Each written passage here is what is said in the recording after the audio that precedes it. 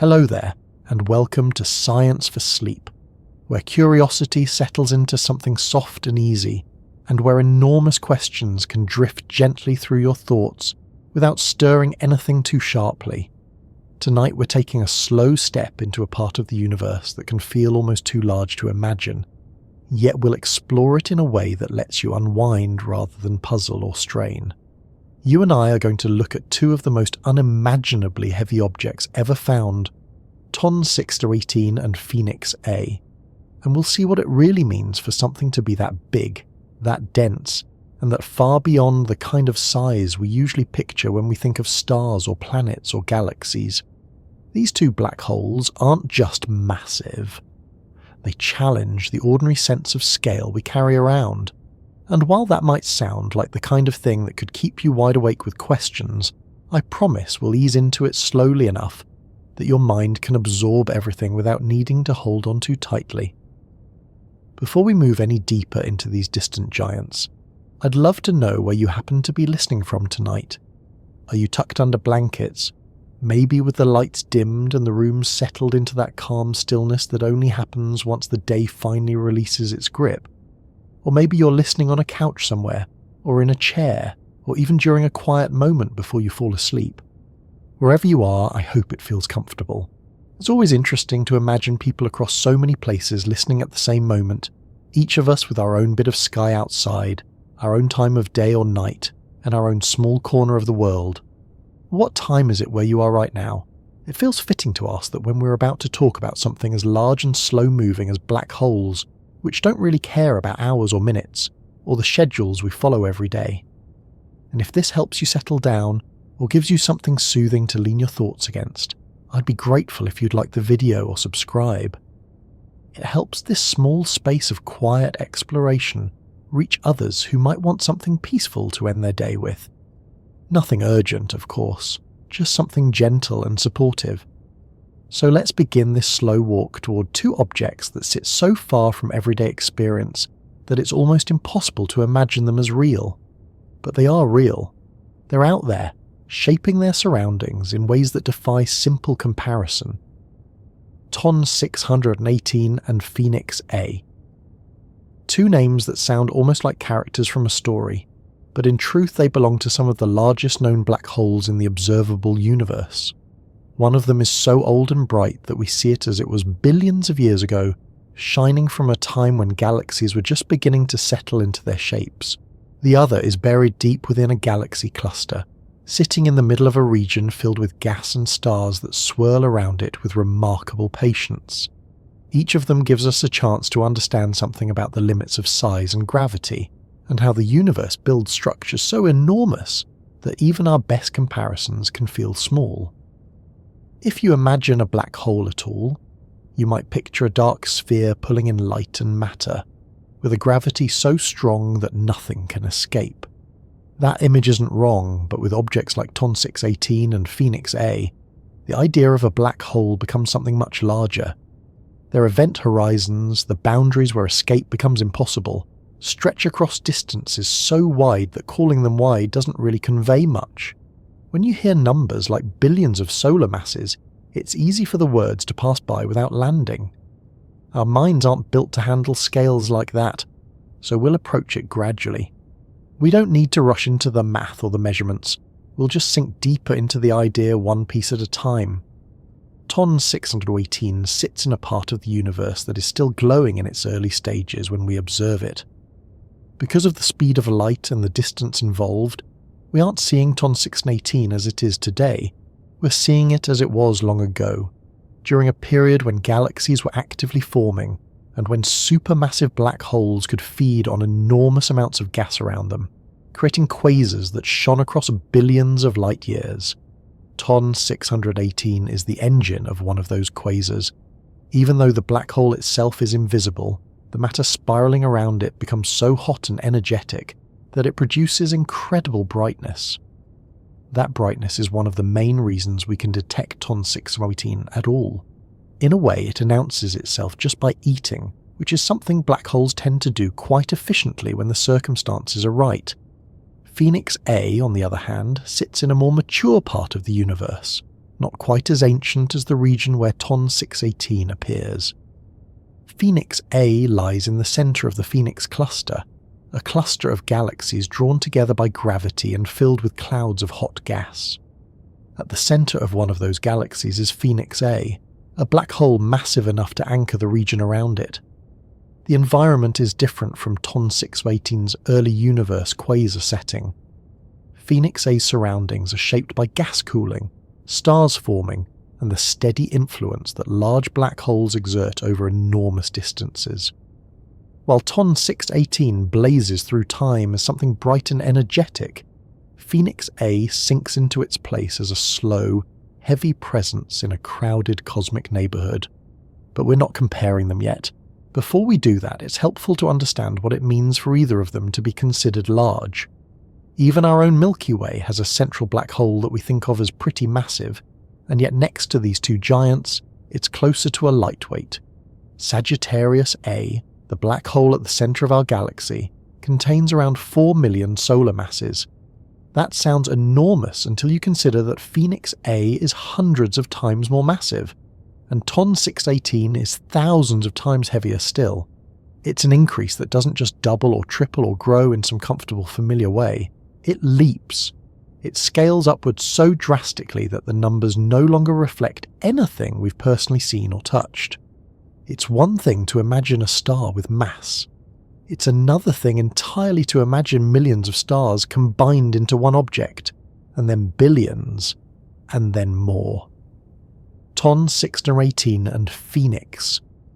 They sit in that territory, where the gravitational pull is so strong and the size so extreme that even light becomes a trapped participant in the structure. Their growth depends on the material around them. Ton 618 likely grew during a period in the universe when black holes could gather enormous amounts of matter, because the regions were rich, dense, and dynamic.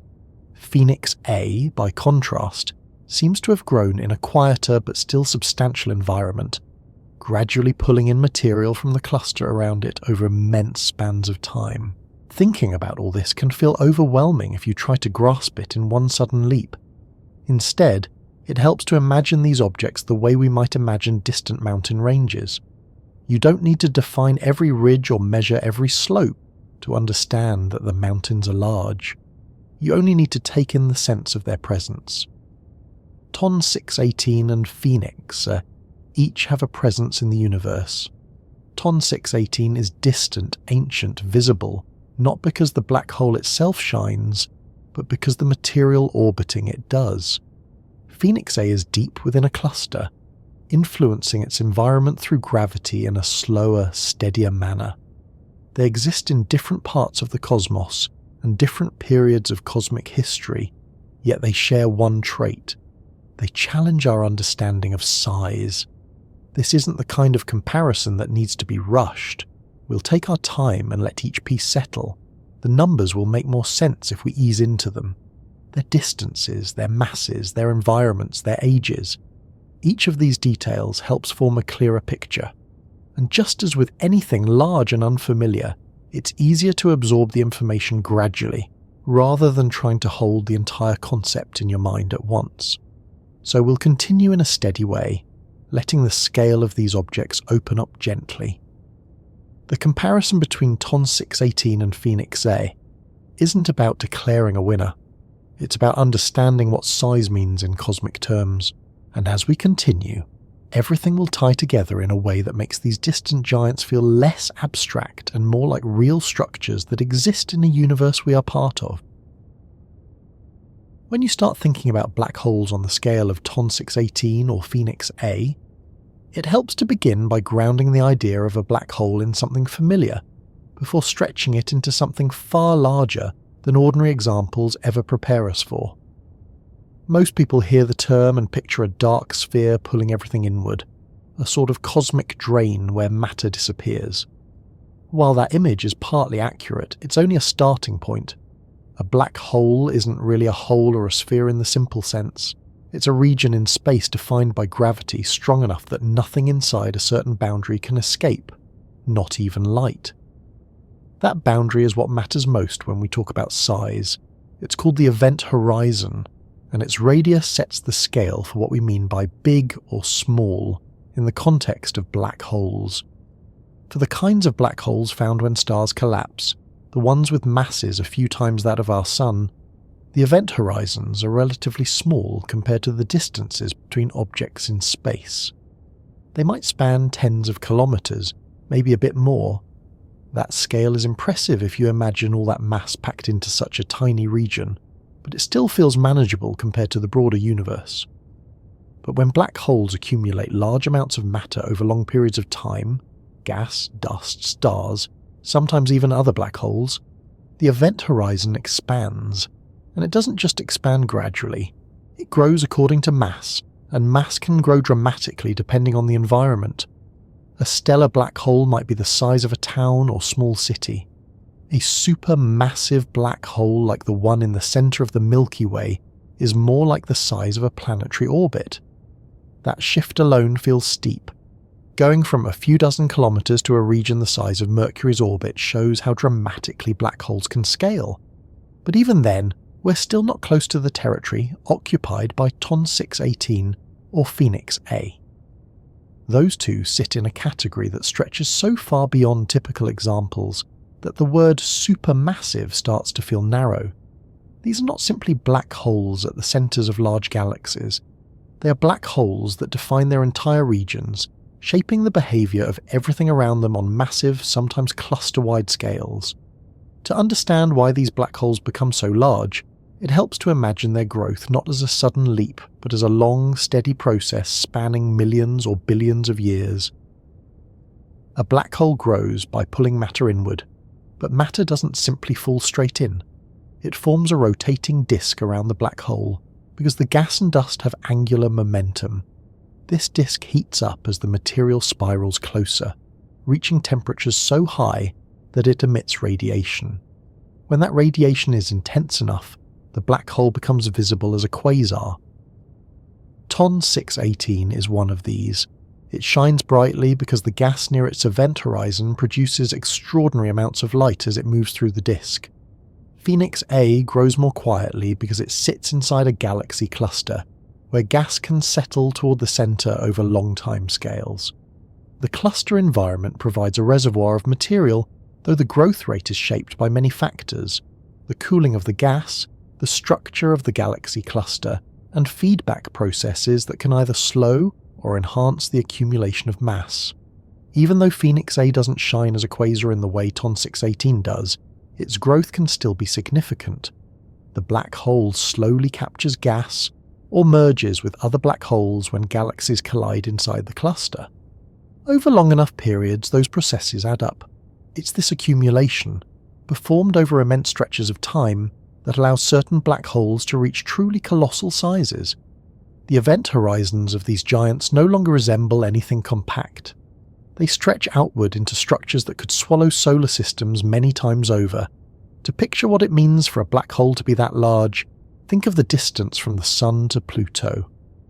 That enormous span, one that takes spacecraft years to cross, is still tiny compared to the event horizons we're describing here. Some of the largest known black holes extend far beyond even that distance, and while we might try to imagine such a boundary in simple geometric terms, a region that big isn't something we can grasp intuitively. It becomes a matter of acknowledging size rather than truly picturing it. What makes TON 618 particularly noteworthy is that it reached its enormous size during an early part of the universe's history. When we observe it, we're seeing it as it was roughly 10 billion years ago. The universe then was dense with gas and full of opportunities for black holes to feed efficiently.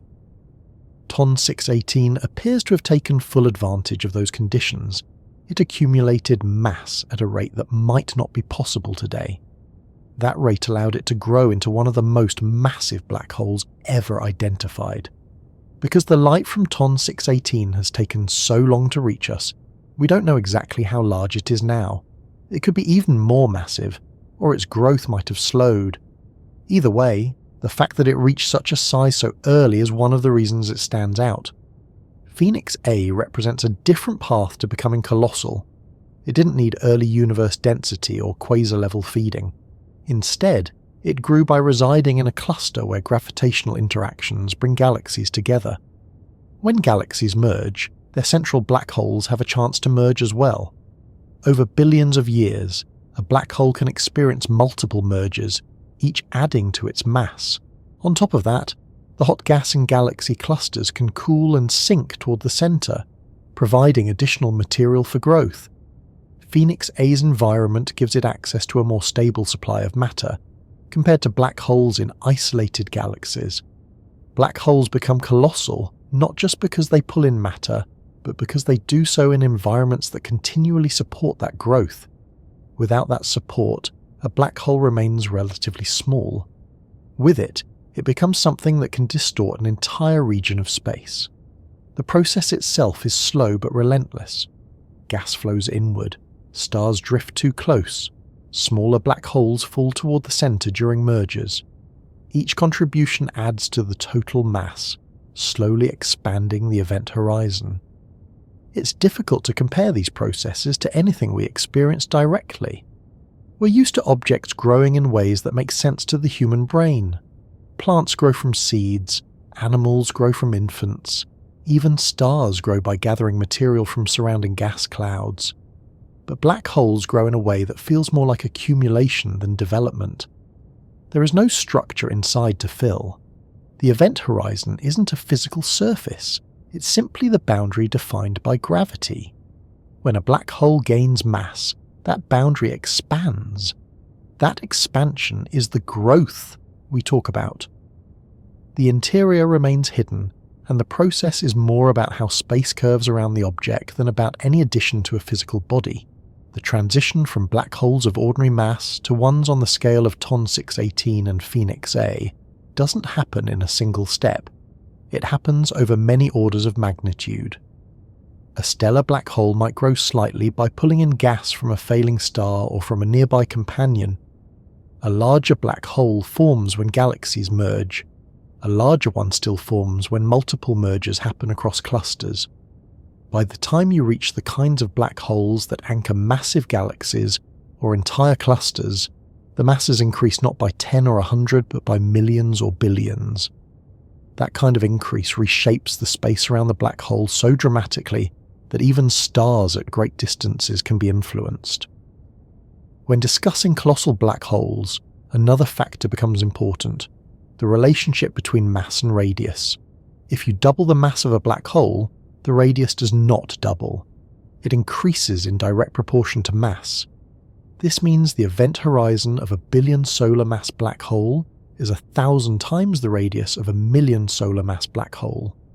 When dealing with sizes as large as TON 618 or Phoenix A, this scaling becomes enormous. It's not unusual for the event horizon of such a black hole to extend far beyond the size of our solar system. In some cases, it can reach distances that take light many hours or even days to cross. That is what is meant by colossal. It's natural to wonder how something that large fits into the universe without disrupting everything. The answer lies in how space itself works. Most of a galaxy is empty space. Most of a galaxy cluster is empty space. Even though the largest black holes have huge event horizons, they still occupy a tiny fraction of their surroundings. Their influence stretches over great distances, but influence is not the same as physical size. A black hole can anchor a region without filling it. Its gravitational pull shapes orbits, guides the flow of gas, and influences mergers, but stars still orbit normally unless they come too close. As black holes become larger, their gravitational pull becomes significant even for objects far away. This influence helps stabilize the central regions of galaxies or clusters. Over time, the presence of a huge black hole can alter the distribution of nearby stars. It can slow the formation of new stars by heating surrounding gas. Or in some conditions, it can stimulate star formation by stirring gas clouds. The effect depends on the environment. TON 618's environment was active with gas and intense radiation. Phoenix A's environment is calmer but still dynamic in its own way. Both environments allow black holes to interact with their surroundings in ways that shape long-term evolution. A colossal black hole can also produce jets of material. These jets are not made by the black hole itself, but by the region around it. As gas moves through the disk and becomes energized, it can be launched outward at high speeds. Some jets extend for thousands of light years. They carry energy into the galaxy or cluster, influencing the gas and potentially altering star formation patterns. TON 618 likely produced jets during its active quasar phase. Phoenix A experiences feedback from the center of its galaxy, which helps regulate the cooling of gas around it. These processes connect the black hole to its environment in ways that go beyond simple gravity. These connections show how black holes become part of the larger structures they inhabit. When they grow large enough, they act as regulators for their surroundings. They shape how matter moves and how galaxies develop. Their mass becomes a defining element in determining how a region evolves. This is why we find the largest black holes in the centers of the most massive galaxies or clusters. Gravity draws mass inward over time. Central locations receive more mergers, and once a black hole becomes massive, it influences future growth simply by being in the right place at the right time. As we explore these giants more deeply, the term colossal begins to feel less like an exaggeration and more like an accurate description of their role. We aren't talking about objects that are simply large. We're talking about objects that redefine the boundaries of size, objects that anchor galaxies and clusters, objects that grow through processes that operate on scales far beyond anything we encounter in daily life, objects that have existed for billions of years, shaping and reshaping their surroundings in ways that are still unfolding even now. When people first hear the name TON 618, it doesn't sound like much more than a catalogue entry. Just a string of characters, easy to pass over, the way you might overlook the label on a distant street sign when you're driving through a new city. Yet behind that label sits something astonishing. TON 618 is one of those discoveries that gradually pulls you in the more you look at it. At first it feels distant, almost anonymous, but as you begin to understand what it represents, that quiet catalogue number starts carrying the weight of something far older, far brighter, and far larger than anything we usually imagine as a single object. TON 618 is not only immense, it's ancient. When we observe it, we're seeing light that has travelled for billions of years to arrive here, crossing vast stretches of space and time. The light reaching us now began its journey during an era when the universe was still young, still shaping itself, still full of raw material that helped black holes grow quickly. To meet TON 618, even just through the limited details we can gather from such a distance, is to meet a black hole that has lived through more cosmic history than entire galaxies around us. The first thing to know is that we're not seeing the black hole directly. We can't. No one can. What we see instead is the glow of the quasar that surrounds it, an enormous disk of superheated gas that orbits the black hole at speeds approaching the speed of light. This disk becomes so hot that it outshines entire galaxies, making the region visible even from more than 10 billion light-years away. That brightness gives TON 618 a presence that stands out sharply against the background of the universe. It is astonishing to think of something so far away still showing up on our detectors with such clarity. TON 618 was first discovered in the 1950s during surveys that weren't even searching for black holes. Astronomers were cataloguing blue stars and other bright points of light in the sky. One of those points was TON 618, which at the time didn't appear to be anything unusually large. We didn't yet understand what quasars were, and the idea of a black hole with billions of solar masses wasn't even part of the scientific vocabulary. Only later, with more observations and better understanding, did astronomers realize that TON 618 wasn't a star at all. It was something far stranger. Its light spectrum contained signatures that didn't match stellar behavior.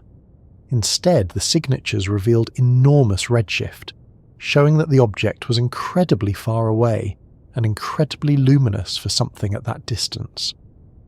Once astronomers realized what they were looking at, the numbers began to unfold in a way that made TON 618 impossible to ignore. the quasar it powers was releasing a staggering amount of energy, enough to be visible across most of the observable universe, and the only engine capable of producing that kind of energy was a black hole, with unimaginable mass feeding on a thick, rapidly rotating disk of gas. Estimates eventually placed the black hole at more than 60 billion solar masses, and possibly much higher. That number isn't just large, it's a category all its own. Most black holes found in galactic centres are nowhere near that size. They might have millions of solar masses, some have a few billion, but crossing the threshold into tens of billions is rare. Ton 618 sits near the top of that range. When you think about what a solar mass represents, it becomes easier to appreciate why Ton 618 feels out of scale. One solar mass is the mass of our Sun. Our Sun contains more than 99% of the mass of the entire solar system. Multiply that by billions, and you're moving into territory where the numbers stop relating to anything familiar. If you try to compare the mass of Ton 618 to the mass of the Milky Way, you might find that the black hole outweighs the mass of all the stars in some smaller galaxies entirely. It becomes something so heavy that the space around it bends sharply. The curvature of space-time near the event horizon becomes severe enough that light can no longer escape. That boundary stretches across such a large distance that if Ton 618 replaced the centre of our solar system, the event horizon would reach far beyond the orbit of Neptune, and possibly even farther depending on the mass estimates used. But even these comparisons can only go so far. The numbers involved aren't meant to be taken as something we can visualise. They exist to anchor our understanding, to give us some framework for discussing a size that sits well beyond everyday intuition. Ton 618's mass isn't simply a statistic, it's a story about the early universe. To reach that size, Ton 618 had to grow at a remarkable rate. Growth for black holes is not a matter of gaining a little here and there. It requires an environment rich with gas and other material. The early universe provided those ingredients. Galaxies were colliding more frequently. Gas clouds were denser. Magnetic fields were different. The cosmic structures were still forming. Under such conditions, a black hole with the right location and conditions could grow rapidly. The light from Ton 618 comes from a time when galaxies were bright and turbulent, full of newborn stars and energetic processes. The black hole powering the quasar was probably feeding at close to the maximum rate allowed by the physics of accretion. That rate, known as the Eddington limit, describes the balance between gravity pulling material inward and radiation pressure pushing outward. Ton 618's luminosity suggests it was accreting material near that limit for long periods. If it maintained that pace even intermittently over hundreds of millions of years, it could have reached enormous mass before the universe settled into the calmer structure we see today. As the universe expanded and cooled, opportunities for such rapid growth became less frequent. That's one reason Ton 618 stands out. It represents a period of intense cosmic activity that is no longer typical. The fact that we can still see it now means the light travelled across a vast amount of space, unchanged except for stretching into redder wavelengths due to cosmic expansion. When that light leaves the quasar disk, the universe around it is young. Whole clusters of galaxies we know today haven't formed yet. Stars that will someday create planetary systems have not been born. The Milky Way itself is in a much earlier stage. Ton 618 exists at a point where cosmic evolution is happening quickly, and observing it gives us a look back into that time. There's something compelling about knowing that an object so distant and so old can still influence our understanding of black holes today. Even with modern telescopes and simulations, Ton 618 remains one of the most massive black holes known.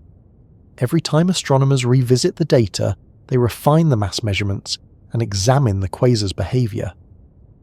The spectrum of the light provides details about the gas in the accretion disk, revealing temperatures, velocities, and chemical signatures. From those clues, scientists infer the forces at play near the event horizon. These observations help test models of black hole growth, disk physics, and the conditions in the early universe. TON 618 becomes not only an object of fascination, but also a useful benchmark. Meeting TON 618 through these observations means accepting that much of what makes it impressive lies in distances and timescales that don't align with anything in daily experience. When we look at it, we're not looking at what it is now, we're looking at what it was billions of years ago. TON 618 might have continued to grow. It might have exhausted its surrounding gas. It might have gone through phases of increased or decreased activity. We don't know. We're seeing the version of TON 618 that happened to send photons in our direction at a time when dinosaurs hadn't yet walked the Earth, and the continents we know now didn't exist in their current forms. Some of the light from TON 618 began travelling long before our solar system even existed. Imagine that for a moment. Long before the sun formed, before planets gathered, before the Earth cooled, before any form of life began, the light you would eventually see in a modern telescope was already on its way. For billions of years, that light crossed empty space. It moved through regions that would someday become galaxies. It moved past clouds that would collapse into stars. It moved across the dark places where nothing yet existed. And then, eventually, it arrived here. Observing TON 618 becomes a reminder of the immense scale of time in the universe.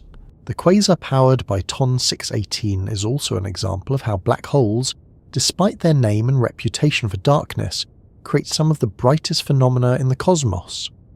The accretion disk emits more light than ordinary stars because the gravitational energy converted into heat near the event horizon is so enormous.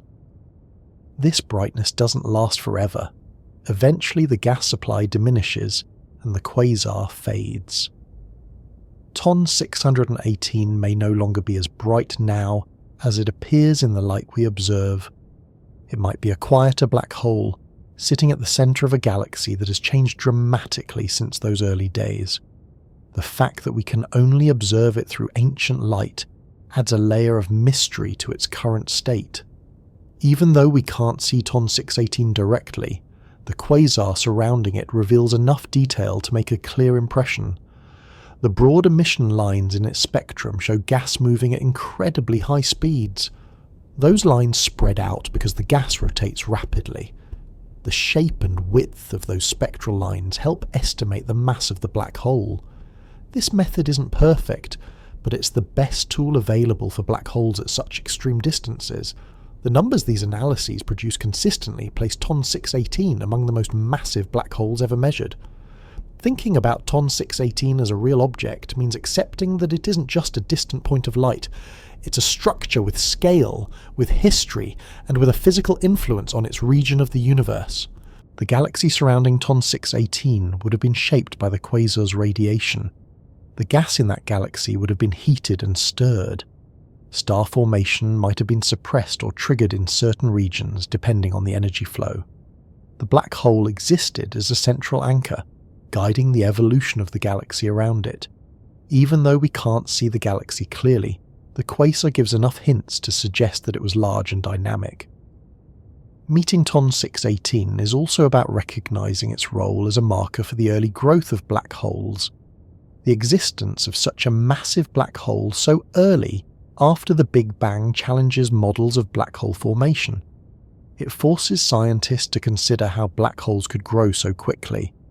Did they start from massive seed black holes formed from the collapse of huge gas clouds? Did they form from clusters of stars collapsing together? Or did they grow from smaller black holes feeding at rates close to theoretical limits? TON 618 sits at the centre of these questions because its existence demands an explanation. It is not a typical example. It is one of the extremes that push models to adapt. The name itself might seem simple, but once you explore the details, TON 618 becomes an object with layers. It's not just a measurement. It's a point in cosmic history, a powerful engine, a relic of a younger universe, and a signpost that marks the outer edge of what we know black holes can become. It sits far beyond anything our galaxy contains. Meeting it means stepping into a part of the universe where scale becomes something measured not in familiar units, but in broad comparisons meant to bridge a gap between what we know and what we can only understand through observation. Compared to the distant, ancient glare of TON 618, meeting Phoenix A feels like walking into a different kind of story. Instead of reaching back toward the early universe and catching the glow of a quasar that burned fiercely long ago, you shift toward a more settled part of cosmic history.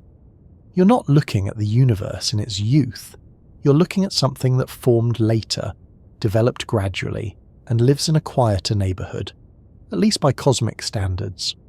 Phoenix A sits at the heart of a galaxy cluster known as the Phoenix Cluster, a place filled with galaxies, gas, dark matter, and long, slow gravitational interactions that span hundreds of millions of years. This environment shapes Phoenix A in ways that make it distinct, almost like meeting someone who grew up in a busy city after meeting someone who grew up in a wild, chaotic landscape. The influences are different, the growth patterns are different, and the final result is something that carries those differences in its structure. Phoenix A didn't announce itself to us with the overwhelming brightness of a quasar.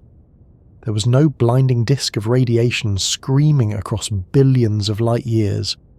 Instead, it sat quietly, hidden beneath layers of hot gas. Its environment is what first drew attention, not the black hole itself. The Phoenix cluster is unusually active in the sense that it contains enormous amounts of gas cooling rapidly, forming stars at a pace far higher than what's typical in most modern clusters. This intense cooling and star formation made astronomers curious. They pointed their telescopes toward the cluster, studied its structure, and gradually realized that at the center of all this activity was a galaxy with a black hole far larger than expected. That black hole became known as Phoenix A. What makes Phoenix A noteworthy isn't just its mass, although its mass alone places it among the largest black holes known. It's the environment it inhabits. Unlike TON 618, which reached enormous size through rapid feeding in a dense early universe, Phoenix A grew through long-term interactions inside a cluster. That difference tells a story. In clusters, galaxies fall toward the center over time. They drift inward, pulled by gravity, and sometimes collide or merge. When galaxies merge, their central black holes can eventually sink toward each other and combine. Over billions of years, a black hole at the center of a cluster can gather mass through multiple mergers, each adding to its total. Phoenix A's presence at the center of the cluster made it the natural endpoint for many of those mergers, which allowed it to grow beyond what is typically seen in isolated galaxies. The Phoenix cluster itself gained attention because of the remarkable amount of gas cooling at its core. Most galaxy clusters have hot gas that remains stable, because the central black hole releases enough energy to keep it from cooling too quickly. Phoenix A, however, appears to be in a state where the energy feedback from its central black hole cycles through phases. During the times when the black hole is quieter, gas can cool and sink inward, forming new stars at a rate that is unusually high for a galaxy cluster. That cooling also provides material that the black hole can feed on, allowing it to grow further. Observations reveal that Phoenix A's black hole has a mass that rivals or surpasses even some of the most well-known giant black holes. Estimates place it at tens of billions of solar masses, though exact measurements vary depending on the methods used. While it may not reach the extreme values associated with TON 618, Phoenix A falls into a category where large stops being a useful word. Once a black hole crosses into the billions of solar masses, it becomes something with a gravitational presence strong enough to influence an entire region of space for millions of light years in every direction. The galaxy that hosts Phoenix A isn't just shaped by the black hole. It exists in a state where the black hole helps regulate the flow of matter, the cooling of gas, and the formation of stars. When we talk about Phoenix A, we're talking about something that grew up in a crowded environment. The cluster around it contains hundreds of galaxies, each with its own history, its own stars, its own dark matter halo. Over immense spans of time, those galaxies interact. Some pass by each other, some merge, some transfer gas or stars. Phoenix A's galaxy sits in the center, like a gravitational anchor. It is the largest galaxy in the cluster, and the central position gives it advantages that black holes in smaller galaxies don't have. During mergers, the central galaxy tends to gather more mass. When gas cools in the cluster, much of it settles toward the center. That continual funneling of material toward the heart of the cluster feeds Phoenix A over time. Understanding Phoenix A means understanding how galaxy clusters work. A typical cluster contains gas heated to tens of millions of degrees. This gas emits X-rays, and the Phoenix cluster emits them at a level that initially puzzled astronomers. The gas was cooling faster than expected, cooling so quickly that it threatened to collapse inward and form stars at an extraordinary rate. Something in the center had to be influencing this process. That something was Phoenix A's black hole. As material falls toward a black hole, it can heat up and release energy. That energy spreads through the surrounding gas, preventing it from cooling too rapidly. But the Phoenix cluster seemed to be in a phase where the balance was off. Gas was cooling faster than the black hole could heat it, at least during certain periods. This imbalance offers clues to Phoenix A's behavior. It suggests that the black hole goes through cycles of activity.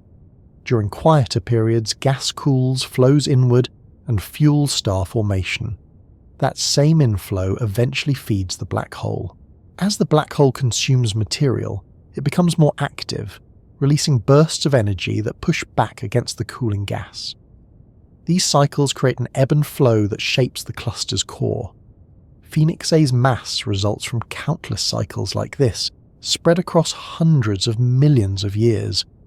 The environment doesn't produce the immediate, intense feeding that creates a quasar like TON 618, but it offers a steady supply of material that accumulates gradually. Meeting Phoenix means recognizing that black holes grow not only through dramatic events, but also through quiet ones. For every powerful burst of energy from accretion, there are long periods where the black hole grows slowly by drawing in gas or merging with smaller companions.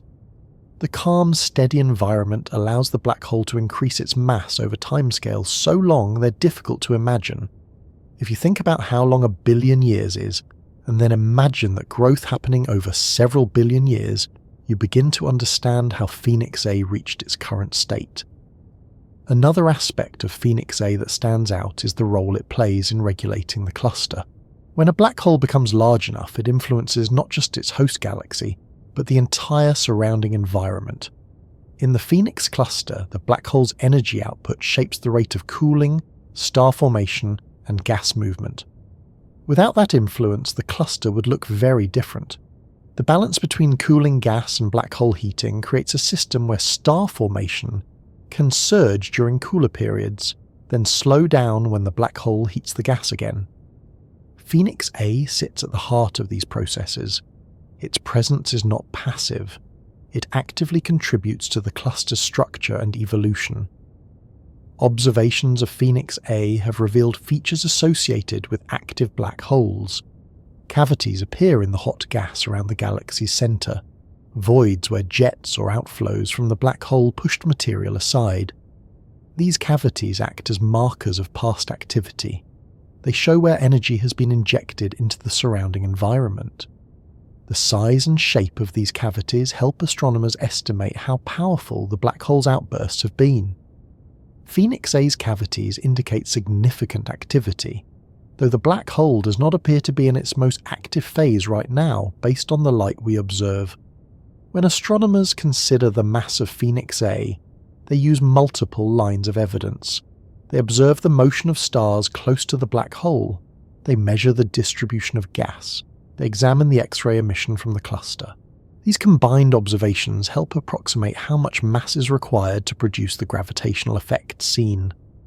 The exact number varies depending on the models used, but the consistent result is that Phoenix A belongs to the uppermost category of black holes. It's a heavyweight by any measure, large enough to stretch its event horizon across distances that dwarf planetary orbits. What makes Phoenix A's mass intriguing is how different its growth likely was compared to TON 618. TON 618 grew rapidly when the universe was young. Phoenix A grew slowly in a mature universe where gas is less plentiful, and where most galaxies have already passed through their most active stages. That difference shows the diversity of ways black holes can reach enormous sizes. It also shows that the location of a black hole matters just as much as the timing. TON 618 had the advantage of forming early in a gas-rich environment. Phoenix A had the advantage of forming at the centre of a galaxy cluster, where material naturally drifts inward over time.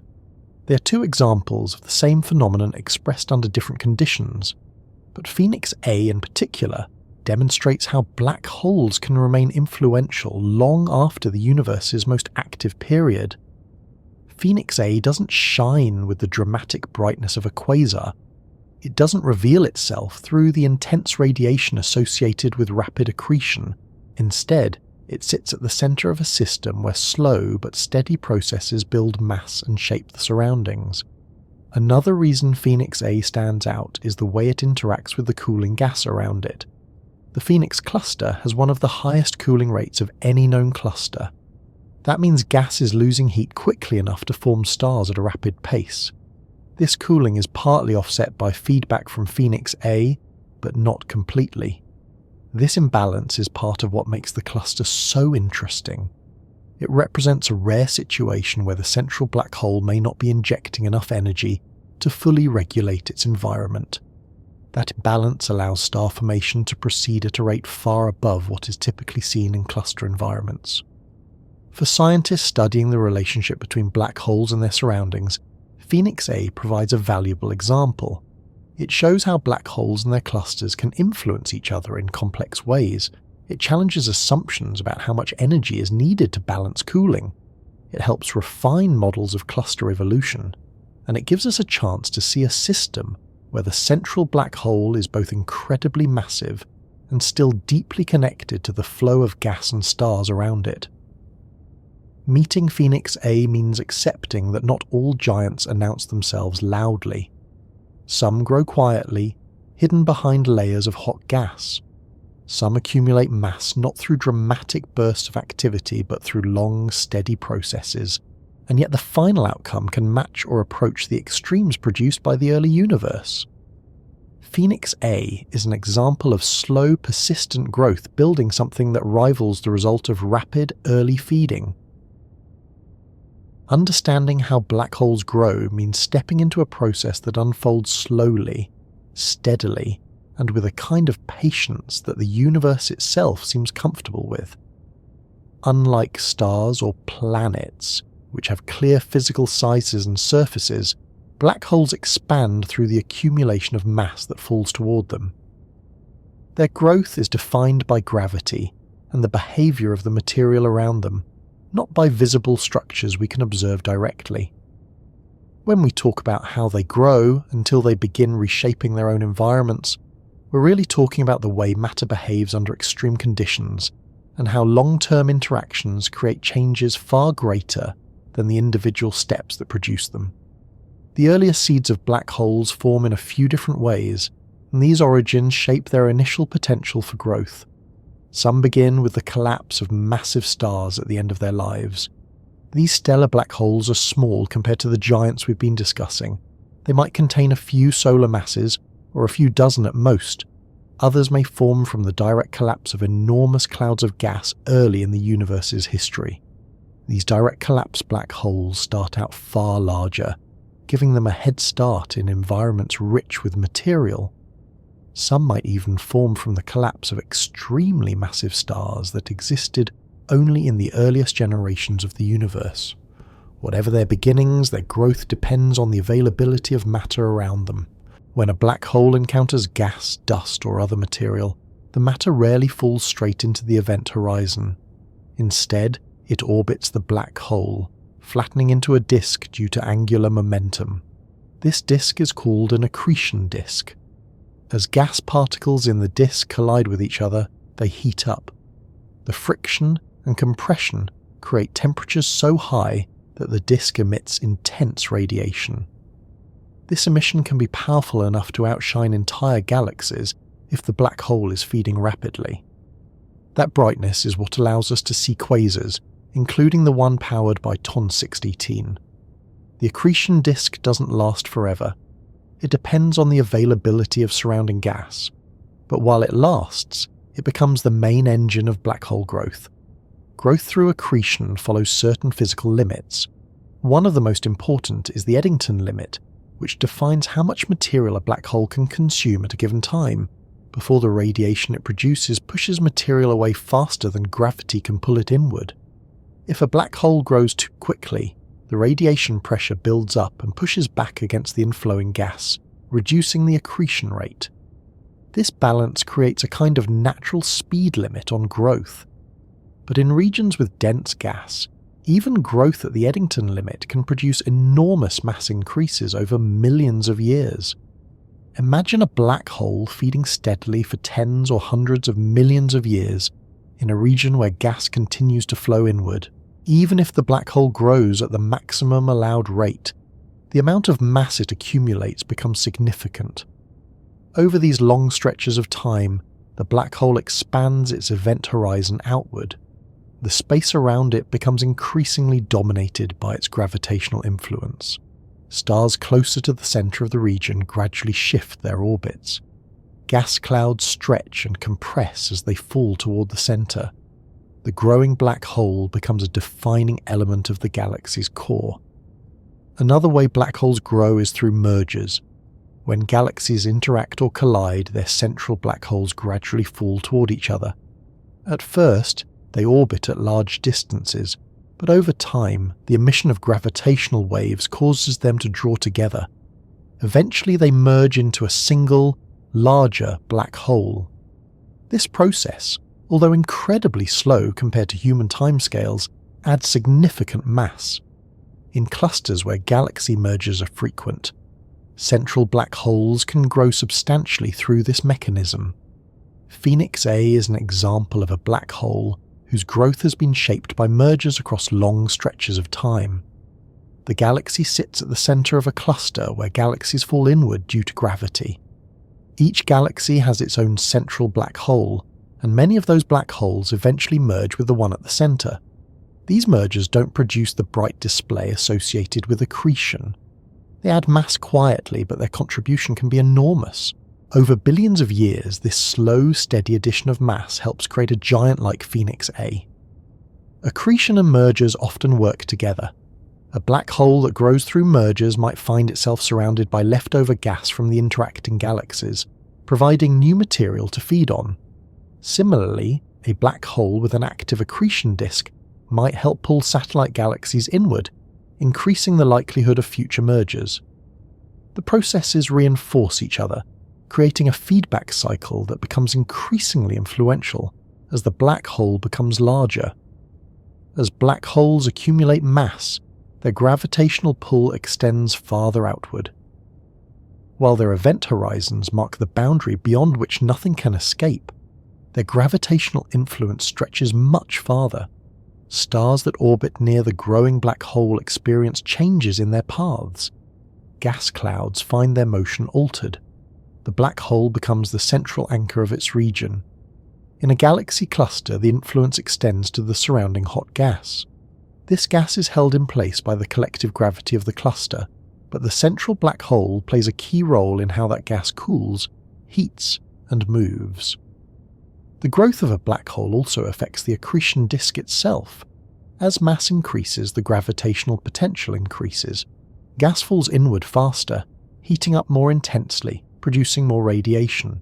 During periods of rapid growth, the accretion disk can produce jets, streams of material accelerated to near light speed and launched perpendicular to the disk. These jets can stretch thousands of light years. They don't come from the black hole itself, but from magnetic fields and processes near the event horizon.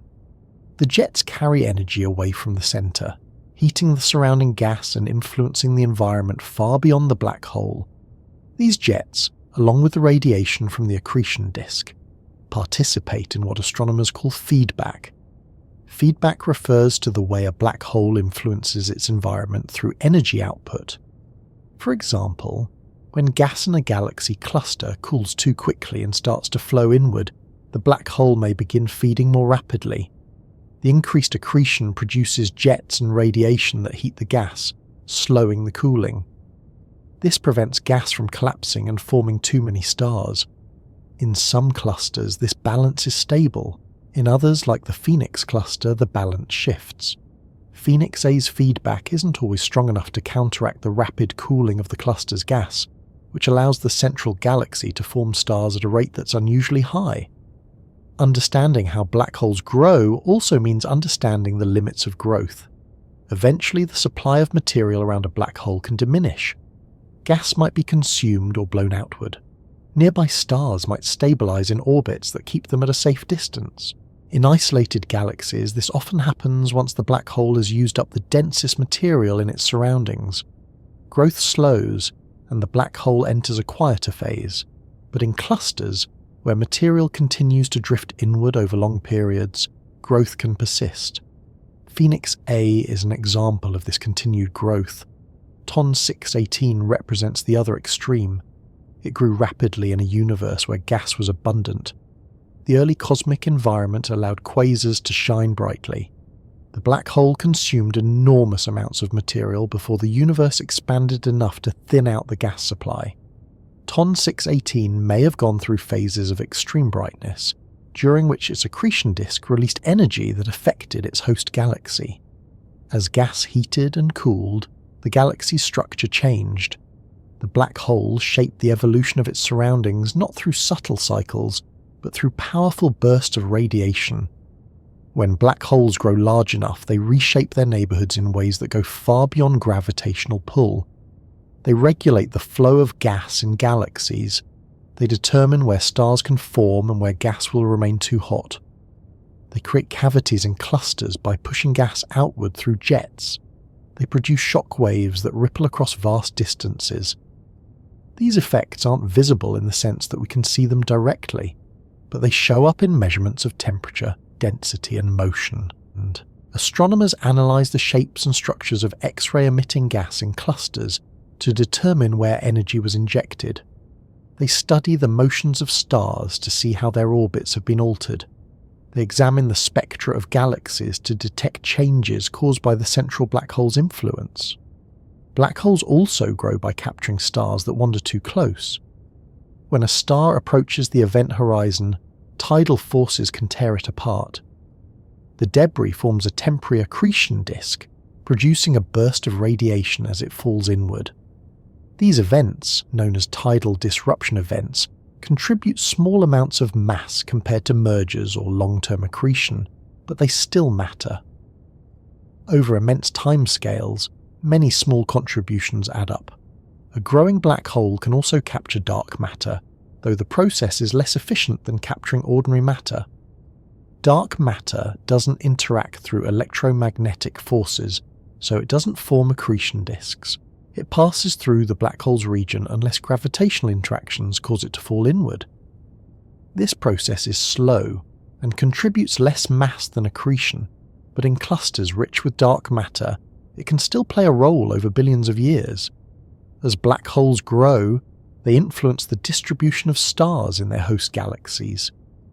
Near the center, stars move in orbits shaped by the deep gravitational well. If the black hole grows large enough, it can disrupt the orbits of stars farther out.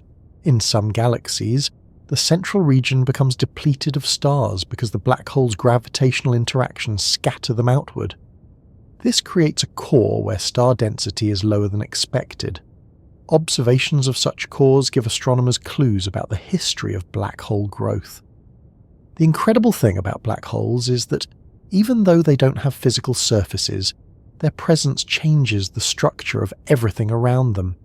They act as gravitational sinks, drawing matter inward. They act as energy sources, heating gas through accretion. They act as sculptors of galactic cores, guiding the distribution of stars. As their mass increases, their influence becomes broader. In a galaxy cluster, the central black hole becomes part of a larger cycle, where cooling gas flows inward, feeding the black hole, which releases energy, which alters the gas, and the cycle repeats. Phoenix A's cluster is an example of this cycle functioning in a way that still isn't completely understood. Growth is not simply a matter of mass increasing, it's also about the way the environment adapts. When a black hole grows, the temperature of the surrounding gas can change, the pressure can change, the motion of gas clouds can shift. The black hole's jets can carve pathways through the medium. Stars forming in the region might experience changes in their birth environments. Over time, these effects accumulate. Whole galaxies shift their structures in response to the long-term presence of a massive black hole. Even the shape of the galaxy's central bulge, the distribution of stars, and the way gas rotates can reflect the growth history of the black hole. Astronomers use these signatures to piece together a black hole's history. They examine the bulge mass, the velocity dispersion of stars, the amount of hot gas in the region, and the level of activity in the accretion disk. Black holes don't grow in isolation. They grow within ecosystems of gas, stars, and dark matter. Their growth changes those ecosystems in ways that influence future growth. This feedback loop becomes more pronounced as the black hole becomes larger. By the time a black hole reaches billions of solar masses, it is no longer just a feature of the galaxy. It becomes a core element of the galaxy's identity. When you think about black holes, the first idea that normally comes to mind is darkness, a place where light disappears, a region from which nothing returns. It's a simple picture, almost intuitive once you imagine gravity becoming strong enough to pull everything inward. But the truth is more complicated. Black holes don't only take light, they can also be the reason light shines across enormous stretches of space. They hide illumination within their boundaries while creating brilliant displays outside them. The result is something that both steals light and reveals it.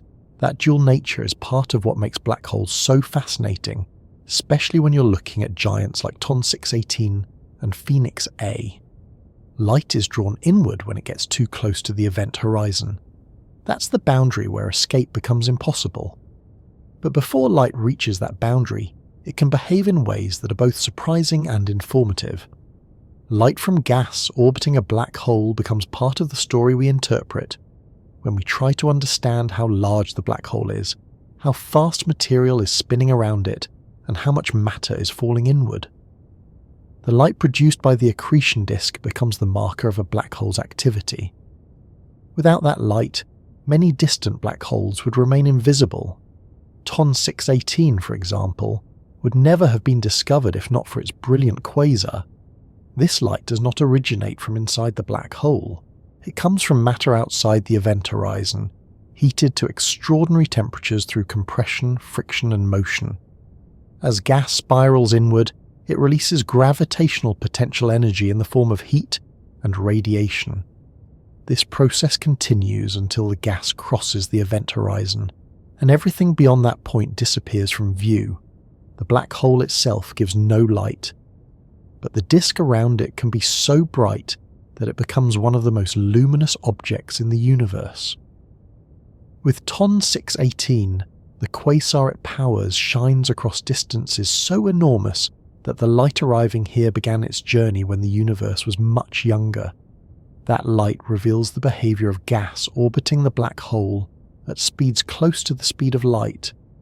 The broad emission lines in its spectrum show how fast the gas moves. The greater the spread of those lines, the faster the rotation. From those speeds, astronomers estimate the mass of the black hole. TON 618's spectrum displays extremely broad lines, which correlate with a black hole of enormous mass. Without those luminous indicators, we would have no way of knowing its size or nature. In the case of Phoenix A, the light we detect is different. The black hole is not currently powering a quasar, at least not at the level seen in TON 618. Phoenix A's activity is revealed through X-rays emitted by the hot gas in the cluster, and by the cavities carved in that gas by jets that once flowed from the region around the black hole. These signatures aren't as bright or dramatic as a quasar, but they still serve as crucial clues. They show where energy was released, how gas is moving, and how the black hole influences the environment. Even without a shining accretion disk, Phoenix A reveals itself indirectly. Light around black holes behaves differently depending on the angle at which we observe it. Some of the most striking effects come from gravitational lensing, where the curvature of space caused by the black hole bends paths of light from objects behind it. This lensing can create arcs, distortions, or multiple images of background stars or galaxies. Black holes act like natural lenses, magnifying distant sources. The distortion isn't always visible through everyday telescopes, especially when we're dealing with objects as distant as TORN 618. But the principle applies even there.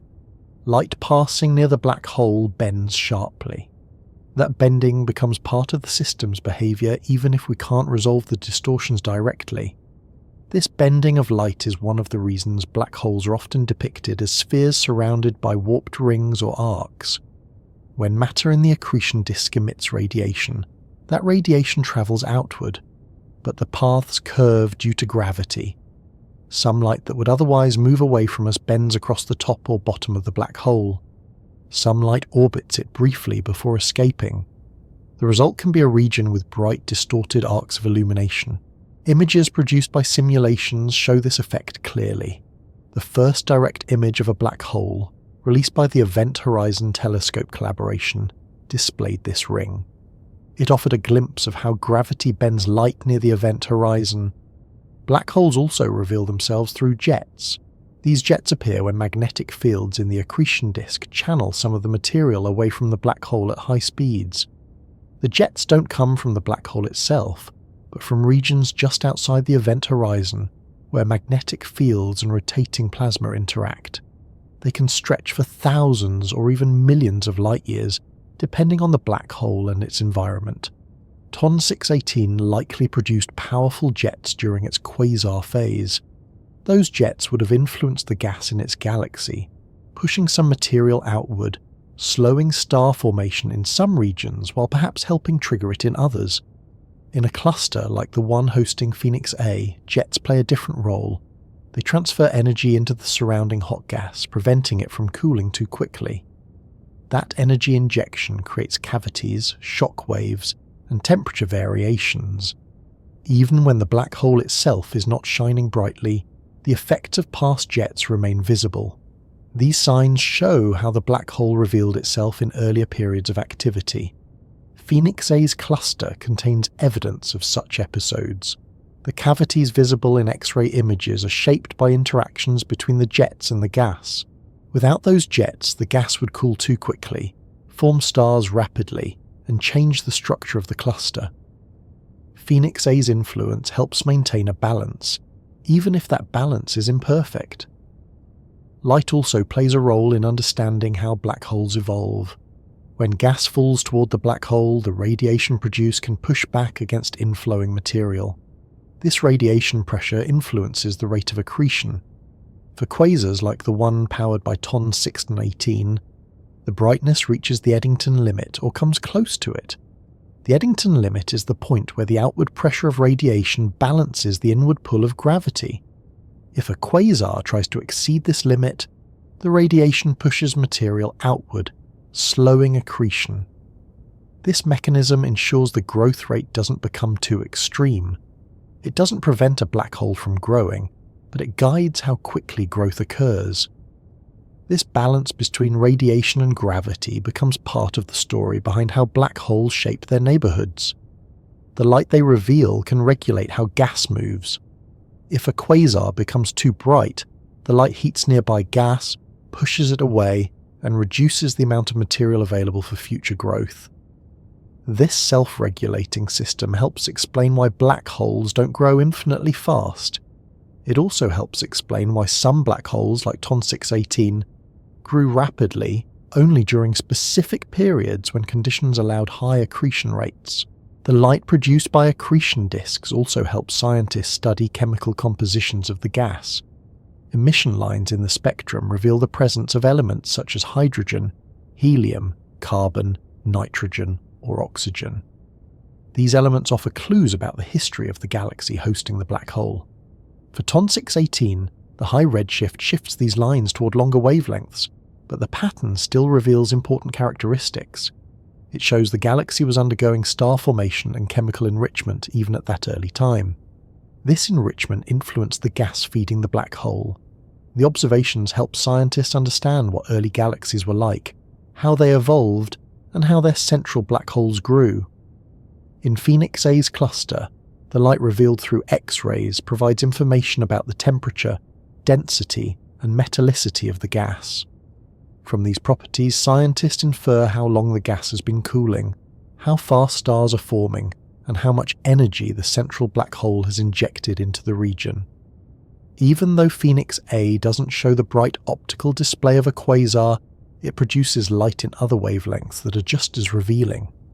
X-ray observations show where the gas has been heated. Radio observations show where jets have moved through the cluster. These different wavelengths create a layered picture of the environment. Light becomes a tool for studying the growth history of black holes. It becomes the means by which scientists measure motion, temperature, distance, and composition. The behavior of light near the black hole reveals the velocity of the gas. The redshift reveals the distance. The shape of the emission lines reveals the geometry of the accretion disk. The energy distribution reveals the temperature. The way light bends reveals the curvature of space. All of these clues help astronomers build a model of the black hole's properties, even though the black hole itself remains hidden. The dual nature of black holes stealing light and revealing it also appears in the concept of gravitational redshift. As light climbs out of the deep gravitational well near a black hole, it loses energy. The wavelength stretches, shifting toward the red end of the spectrum. This shift becomes more pronounced the closer the light originates to the event horizon. For quasars, some of the emitted light comes from regions very near the black hole, and gravitational redshift becomes part of the observed spectrum. This effect helps scientists determine how deep the gravitational well is, which in turn helps estimate the black hole's mass. Another form of light-related behavior occurs when gas falls inward and produces flares. These bright flares can last for minutes, hours, or days depending on the size of the black hole and the amount of material involved. The light curves of these flares, meaning the way brightness changes over time, reveal details about how gas interacts with magnetic fields and how turbulence develops in the disk. Even though TON 618 is too distant for us to observe such flares in detail, closer black holes show this behavior clearly. Scientists use these observations to model what might happen in quasars farther away. In the Phoenix cluster, the light we detect from the hot gas also reveals the velocity of the gas as it moves. Differences in temperature and density create structures that can be analysed to determine where the gas is flowing and how the black hole influences that flow. This information helps understand how the black hole regulates the environment. Without such observations, the cluster would be harder to interpret. The contrast between TON 618 and Phoenix A becomes clear when considering the light associated with each. TON 618 is a lighthouse from the early universe, a quasar so bright that its light crosses billions of years to reach us. Its illumination comes from intense feeding, dense gas, and a rapidly spinning disk. Phoenix A, by comparison, offers quieter forms of light, X-rays from hot gas and radio signatures from past jets. Both show the presence of a massive black hole, but through very different expressions. Even when black holes appear quiet, light reveals their history. Jets leave traces, cavities remain in gas, temperature gradients reflect past energy input. The stolen light, the light pulled inward and absorbed at the event horizon, leaves no direct signature. But the light created outside that boundary can tell an entire story. This balance between what disappears and what becomes visible defines how we understand black holes. They hide the final product but illuminate the journey. Trying to understand the weight of something like TON 618 or Phoenix A means stepping into territory that isn't built for ordinary intuition. Even the word weight becomes a fragile metaphor, because gravity in the context of black holes is not the simple pull we experience on Earth.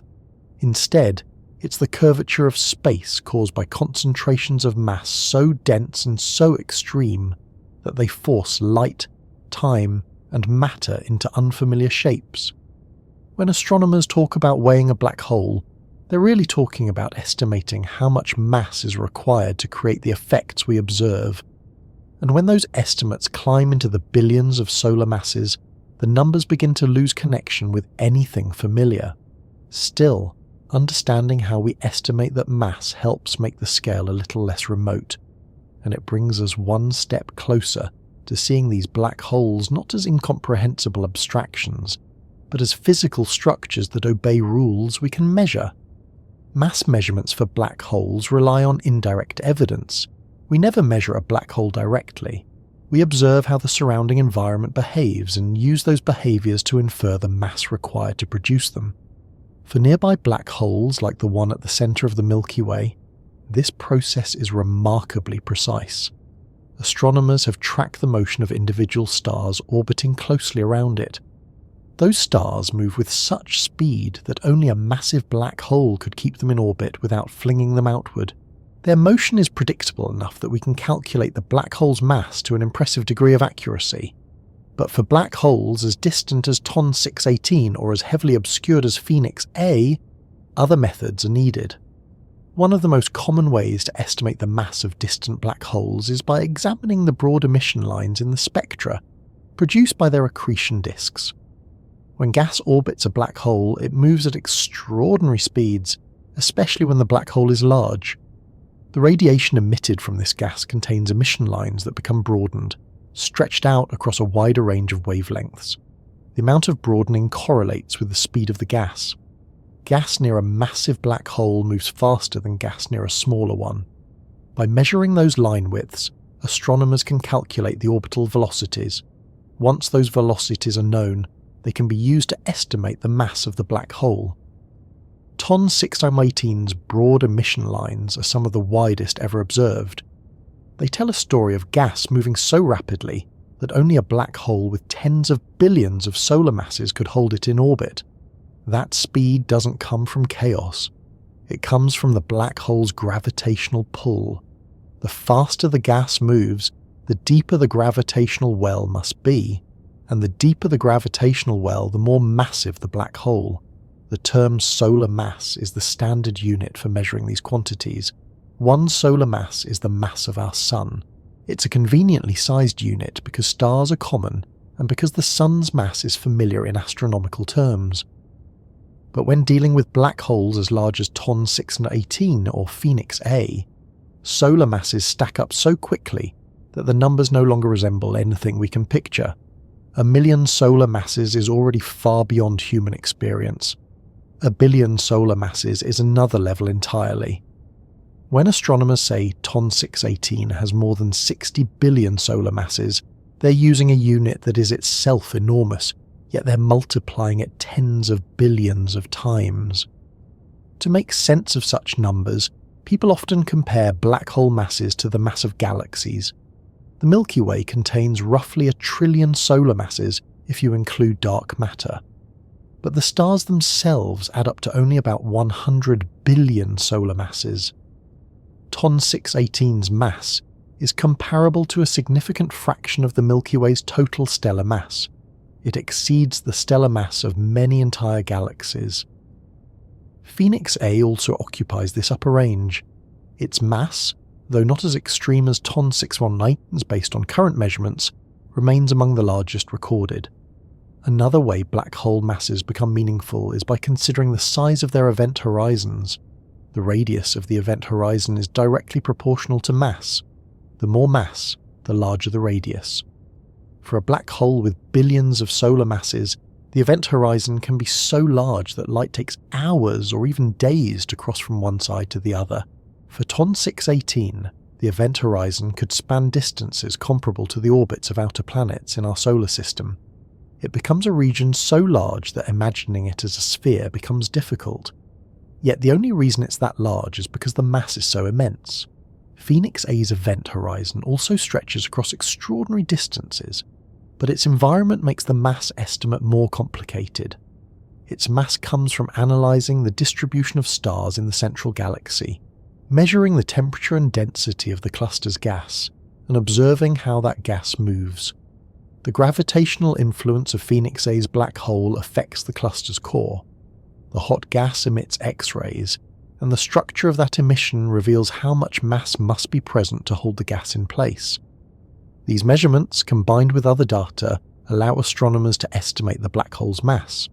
Estimating mass from X-ray emissions or cluster structure is not as straightforward as using emission lines in a quasar. It involves multiple models and assumptions. The mass of Phoenix A may evolve as observational techniques improve, but even with uncertainties, it clearly falls within the upper tier of supermassive black holes. It is a heavyweight in a region where galaxies collide, merge, exchange material, and funnel mass toward the centre. The process of weighing black holes becomes more challenging at greater distances. The farther away a black hole is, the more its light is redshifted. Redshift makes spectral lines harder to interpret. Light stretches as the universe expands, shifting toward longer wavelengths. High redshift quasars like TON 618 are some of the most challenging objects to analyse. Yet with careful calibration, the broad emission lines still reveal enough information to estimate mass. A key part of weighing black holes involves the relationship between black hole mass and other properties of galaxies. In nearby galaxies, astronomers have discovered a strong correlation between the mass of the central black hole and the velocity dispersion of stars in the galaxy's bulge. This correlation, known as the M-sigma relation, shows that black hole mass and galaxy structure are deeply connected. Although the relationship becomes less reliable at extreme masses, it provides a general sense of scale. In more typical galaxies, if you measure how fast stars move in the central region, you can estimate the mass of the black hole. But for giants like Phoenix A, where the black hole mass is tens of billions of solar masses, the relationship becomes strained. These extreme black holes sit at the edges of what the M-sigma relation predicts, which is one reason they are so interesting. Mass estimates also rely on models of how gas interacts with the black hole's gravitational field. For quasars, the gas in the accretion disk emits radiation that reflects off surrounding structures, creating time delays between certain wavelengths. This technique, called reverberation mapping, helps determine the size of the gas region and, combined with the velocity of the gas, helps estimate the black hole's mass. Although TON 618 is too distant for detailed reverberation mapping, other quasars have been studied this way, and the relationships discovered from those studies help calibrate the mass estimates for objects like TON 618. The idea of weighing black holes by observing their environments is part of what makes them feel more real. Even though the interior of a black hole remains hidden, the behaviour of the surrounding matter obeys predictable rules.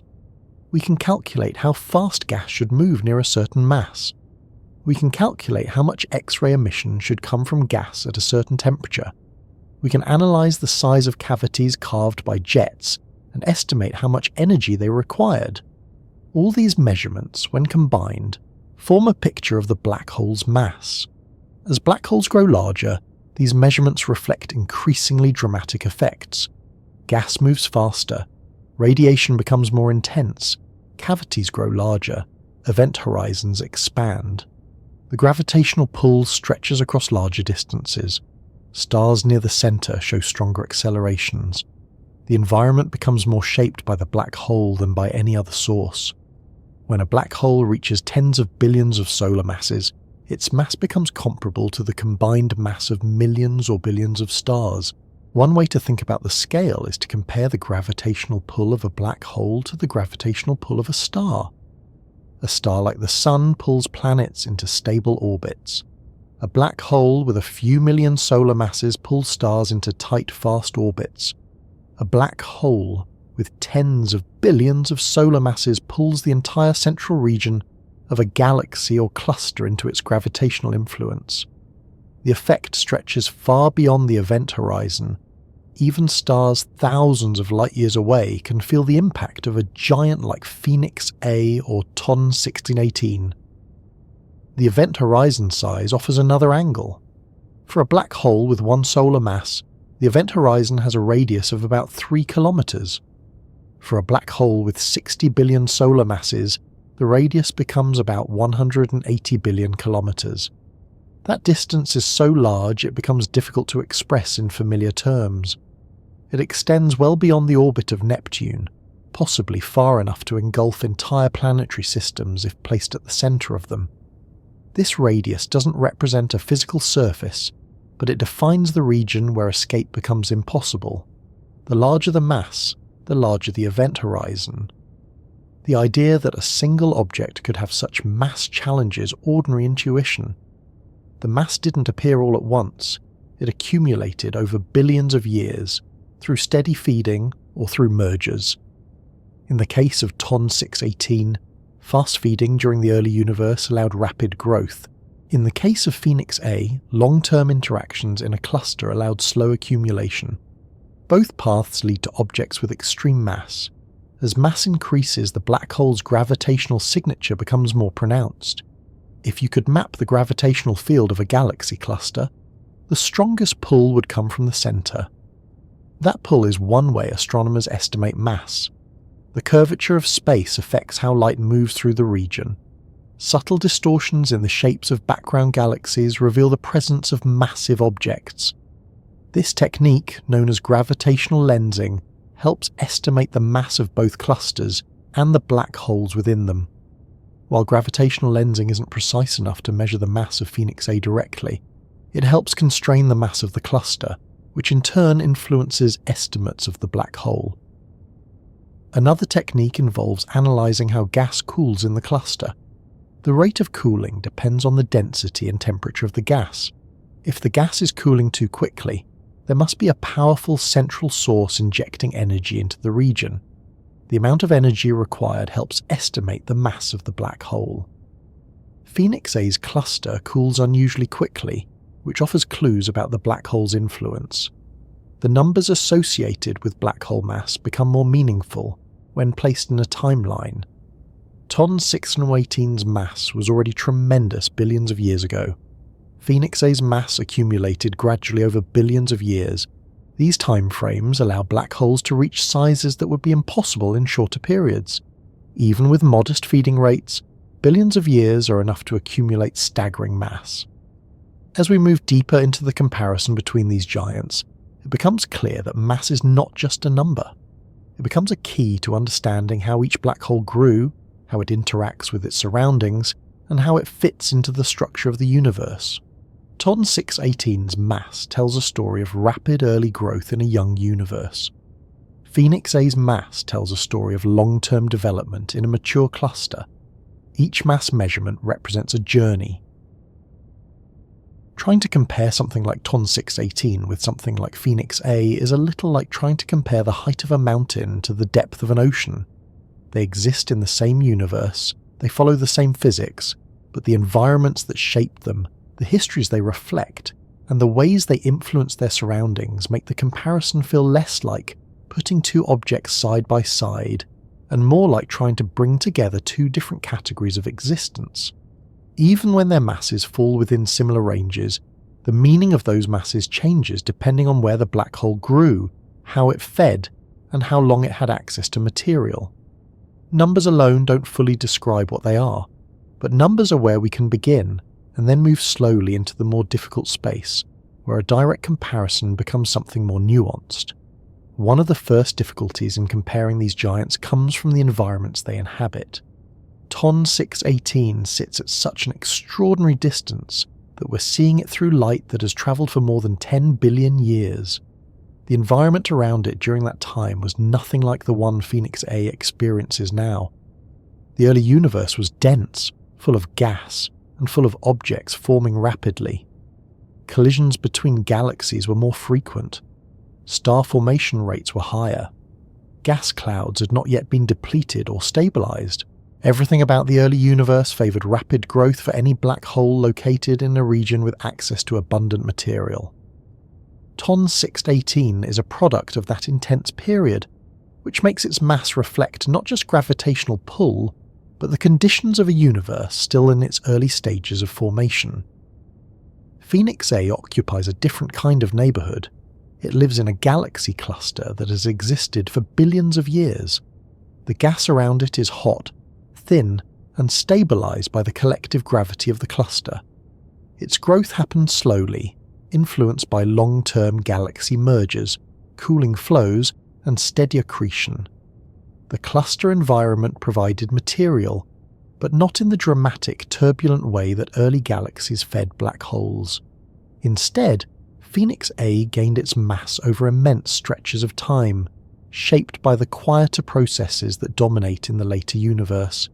Even if the two black holes have comparable masses, the way they reach those masses cannot be placed on the same timeline or described through the same mechanisms. Another challenge in comparing these two giants lies in the limits of observation. TON 618 reveals itself through the brightness of its quasar.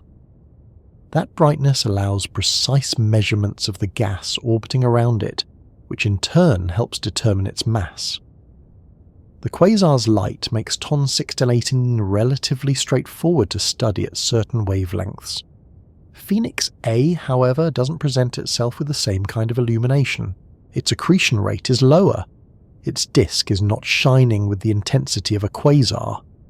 Much of what we infer about Phoenix A comes from the behavior of the gas in the cluster around it, and from the structure of the galaxy at the cluster's center.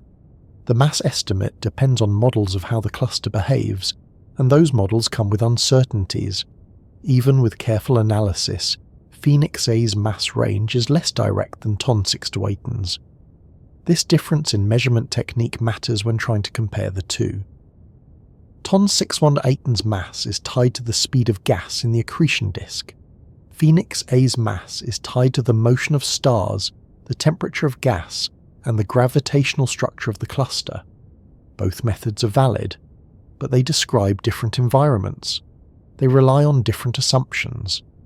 They produce numbers that can be compared, but only with the understanding that the numbers reflect different physical processes. The next difficulty involves scale. Even though both black holes fall within the same general category of extreme supermassive black holes, their sizes create challenges for direct comparison. When dealing with objects that each contain tens of billions of solar masses, the differences between them become proportionally small. For example, if one black hole has 50 billion solar masses and another has 60 billion, the difference of 10 billion sounds enormous in everyday terms. But in the context of their overall scale, the difference becomes a fraction of their total. Comparing them becomes similar to comparing two skyscrapers that both reach well into the clouds. One might be taller than the other, but the comparison doesn't fully capture what it feels like to stand beside either one. This problem becomes more pronounced when thinking about event horizons. The radius of an event horizon scales directly with mass. But once you reach a certain scale, the radius becomes so large that the difference between two giants might be measured in distances that sound smaller than expected given their mass difference. If one event horizon extends beyond the orbit of Neptune and the other extends even farther, both still exceed anything we experience directly. The fact that one is larger becomes interesting, but not necessarily meaningful in isolation. Even the way they influence their surroundings differs so much that direct comparisons lose clarity. TON 618 shaped its host galaxy through intense quasar activity. Its radiation influenced star formation. Its growth occurred during a time when galaxies were still assembling. Phoenix A influences its cluster in slower ways. It heats the surrounding gas through jets and outflows. It participates in cycles of cooling and heating. It helps regulate the star formation rate of the entire central galaxy. The environments they control are not the same. TON 618 shaped a young galaxy. Phoenix A shapes a mature cluster. One environment is dynamic and rapidly evolving, while the other is stable and massive. These differences raise the question of what we even mean when we say one black hole is bigger than another. If size refers only to mass, then yes, comparison is possible. But if size refers to influence, environment, history, or growth, the comparison becomes more complex. TON 618's influence extended across its host galaxy during a period when galaxies were changing dramatically. Phoenix A's influence extends across a cluster where cooling gas, hot plasma, and galaxy interactions operate on longer timescales. One is not simply bigger than the other. They are large in different contexts. Comparing their light is also challenging. TON 618's quasar is one of the brightest known. Phoenix A's black hole currently shines far less brightly. But brightness doesn't always reflect mass, it reflects feeding rate. A black hole that is not actively consuming large amounts of gas will appear dim even if its mass exceeds that of a brightly shining quasar. So comparing their light output is not a meaningful way to compare their size. It only tells us what they're doing right now, or rather, what they were doing when the light began travelling toward us. Another point of complexity involves time itself. TON 618 is observed as it was more than 10 billion years ago. If we could see it today, its mass might be different. It might have grown. It might have quieted. It might have changed in ways we cannot observe. But because of the speed of a light and the expansion of the universe, we can only see its ancient state. Phoenix A, on the other hand, is observed in a far more recent condition. Its environment is closer in time to our present day. Any comparison must account for this difference. We're not observing them in the same era. One is a snapshot of an early universe. The other is part of a contemporary cluster. This time, difference complicates the storytelling aspect of comparison. TON 618 grew during a period when black holes frequently reach sizes that seem improbable today. Phoenix A grew during a period when black holes tended to grow more slowly. The paths that lead to their current masses are shaped by cosmic history, not just by the physics of accretion. When comparing the two, we're comparing two epochs, two kinds of cosmic environments, and two very different growth stories. One of the few ways to compare them meaningfully involves thinking about the flow of matter. TON 618 consumed gas quickly, heated its surroundings intensely, and influenced the evolution of its galaxy rapidly. Phoenix A consumes gas slowly, influences cooling flows, and shapes its cluster through long-term cycles. Comparing these flows reveals differences in the mechanisms of mass accumulation. One grew from abundance and youth, the other grew from patience and structure. Even if we move into the realm of gravitational influence, the comparison becomes more complicated than it seems. The gravitational sphere of influence for a black hole depends on both its mass and the environment around it. TON 618's gravitational influence extended across the central region of its host galaxy. But its galaxy was young, and its gravitational relationships were more fluid. Phoenix A's gravitational influence interacts with the entire core of the cluster. The cluster's mass, temperature, and density all respond to the presence of the black hole. Comparing their gravitational influence is not just a matter of comparing the strength of their pull, it's a matter of comparing the structures they inhabit. Another layer of complexity emerges when considering how astronomers classify extreme black holes. TON 618 belongs to the category of hypermassive black holes, produced during the quasar era. Phoenix A belongs to the category of brightest cluster galaxies with central black holes shaped by mergers. These categories describe different evolutionary pathways. Comparing them becomes similar to comparing two animals from different ecosystems. They may have similar sizes, but their structures and lifestyles evolved under different pressures. Even when looking at their jets, which offer another hint of comparison, the differences persist. TON 618 likely produced strong jets during its quasar phase, affecting its host galaxy. Phoenix A's jets create cavities in the cluster, injecting energy into the environment. Both produce jets, but the scale of influence differs because of the density and temperature of the surrounding gas. Comparing jet size alone doesn't reflect their overall influence. A jet travelling through a young galaxy behaves differently from a jet travelling through cluster gas. One might attempt to compare them through energy output.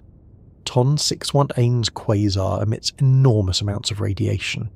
Phoenix A's energy output appears through heating of the cluster gas. Both represent immense power, but energy output depends on activity level, not mass.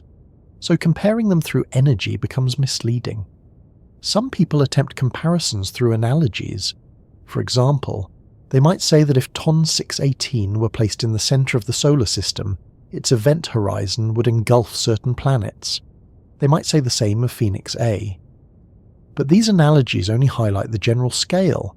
They don't reveal meaningful differences beyond showing that both are far beyond ordinary comprehension. The deeper truth is that comparing these giants forces us to confront the limits of our own intuition. The numbers exceed anything we interact with. The environments differ dramatically. The histories diverge. The physical effects become more about large-scale structure and less about direct experiences. Even when we reduce everything to mass, the comparisons feel incomplete, yet comparing them still has value. It helps us understand the diversity of pathways leading to extreme mass. It helps us see how black holes evolve under different cosmic conditions. It helps illuminate the history of the universe. The comparison becomes not a matter of which is bigger, but a matter of what each represents. TON 618 represents an early era of rapid growth. Phoenix A represents a later era of slow accumulation. One shows what black holes could become when the universe was young and full of raw material. The other shows what black holes can become when time and gravity work together over billions of years. The attempt to compare these two giants inevitably leads to the next question, which is how the universe provided the environments necessary for such growth in the first place, and how early cosmological conditions shaped the birth of black holes capable of reaching these extremes. Stepping back into the quasar era begins with accepting that the universe we see today, with its long-cooled galaxy clusters and mature spirals, looked nothing like this during its youth.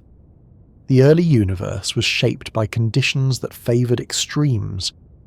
Everything unfolded more quickly. Matter gathered into structures much faster. Gas was denser. Temperatures were higher.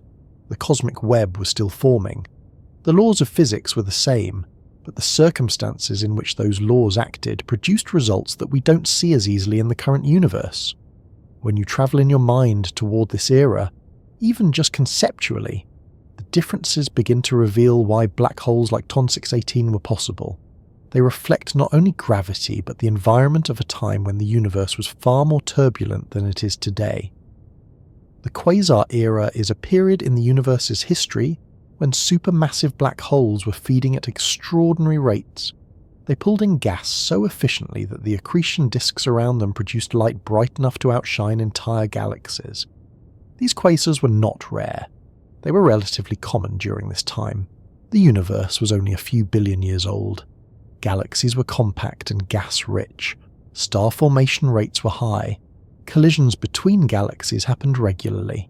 Interactions were intense, frequent, and full of consequences. A black hole placed inside one of these environments had access to reservoirs of matter that could sustain rapid feeding. Part of what made the quasar era possible was the availability of cold gas. Even though the universe was hotter overall, the gas inside galaxies could cool efficiently enough to collapse into dense clouds. These clouds were easily disrupted. When galaxies interacted, their gas could be funneled toward the center, feeding the black holes. This funneling effect often triggered starbursts. It also created the high accretion rates needed to produce quasars. TON 618's brightness, seen from more than 10 billion light-years away, reflects an environment with extraordinary fuel supply. Its quasar burned so intensely that the light travelled across the expanding universe and still reaches us with enough strength to be measured. Another piece of the quasar-era puzzle involves the early growth of black hole seeds. The earliest black holes formed relatively soon after the first stars. Some came from the collapse of those early massive stars. Others may have originated from the direct collapse of giant gas clouds, bypassing the stellar phase entirely. These initial black holes were larger than typical stellar remnants today. A black hole that begins life with thousands or even tens of thousands of solar masses has a strong advantage in a universe with abundant gas. With a head start and access to dense material, such a seed could grow rapidly, reaching millions of solar masses in relatively short periods of cosmic time. Once a black hole becomes large enough, the accretion disk around it becomes especially efficient at converting gravitational energy into radiation. This efficiency fuels the quasar phase. During the quasar era, many black holes likely spent extended periods near the upper limit of accretion. That limit, determined by radiation pressure pushing outward against incoming gas, sets a natural cap on how quickly a black hole can grow. But even with that cap, the growth rate remains incredibly fast compared to later periods in cosmic history. Growing at the maximum sustainable rate, a black hole can double its mass in tens of millions of years. That timescale may seem long, but in the universe's early history it allowed black holes to reach enormous sizes quickly. The quasar era also coincided with frequent mergers between galaxies. When two galaxies collided, their stars often passed through each other without interacting directly, but their gas did not. Gas clouds collided, compressed, and funneled toward the centre. These inflows provided additional fuel for central black holes. Meanwhile, the black holes themselves gradually spiraled inward until they eventually merged. Each merger added mass. Each inflow of gas fed the accretion disk. The combined effect created black holes that grew through multiple channels at once. TON 618 likely formed in such an environment. The early universe provided everything it needed: dense gas, high merger rates, abundant fuel, and rapid cooling. The quasar phase it experienced would have illuminated its host galaxy during a time when galaxies were still assembling. The light we see today from TON 618 comes from this extraordinary period. It shows us a black hole growing at a pace that is difficult to replicate in today's calmer cosmic conditions. Understanding why quasars were so common requires looking at how galaxies formed at that time. Galaxies grew through both smooth accumulation of gas and through mergers. Every fresh supply of material created opportunities for black holes to feed. The universe had not yet expanded enough to thin out the gas between galaxies. The cosmic web was thick with filaments of matter connecting, forming galaxies. These filaments served as highways for gas to flow into galaxies. As that gas accumulated, it often travelled all the way to the centre, where the black hole waited. One of the remarkable things about the quasar era is that many of the most distant quasars we see today were already extremely massive by the time the universe was only a fraction of its current age. This creates what astronomers call the black hole growth problem, or more specifically, the question of how black holes could grow so large so quickly. TON 618 is one of the objects that pushes this question to its limits. Its mass, measured through the broad emission lines of its quasar, suggests that it had already achieved a size that would require efficient, sustained feeding. Several theories attempt to explain this rapid growth. Some suggest that the seeds of these black holes were unusually massive. Others suggest that accretion may not always be limited by the standard Eddington rates. Under certain conditions, gas could fall inward in a way that temporarily exceeded those limits. Another possibility involves the early formation of unusually dense gas structures that facilitated rapid feeding. The quasar era was full of environments that were unlike anything commonly found in the later universe. These environments allowed exceptional cases to emerge, cases like TON 618. Even understanding the brightness of quasars helps illuminate the nature of the early universe. Quasars are visible across enormous distances because they produce so much light. That light carries information about the gas near the black hole. The emission lines reveal temperatures and velocities. The redshift reveals distance and cosmic age. The absorption features caused by gas in the intervening universe reveal the distribution of matter along the path the light travelled. The quasar era therefore provides a kind of backlighting for the early universe, allowing astronomers to study the structure of cosmic gas. The quasar era was not uniform. It peaked at a time known as cosmic noon, a period when star formation and black hole growth reached their highest rates.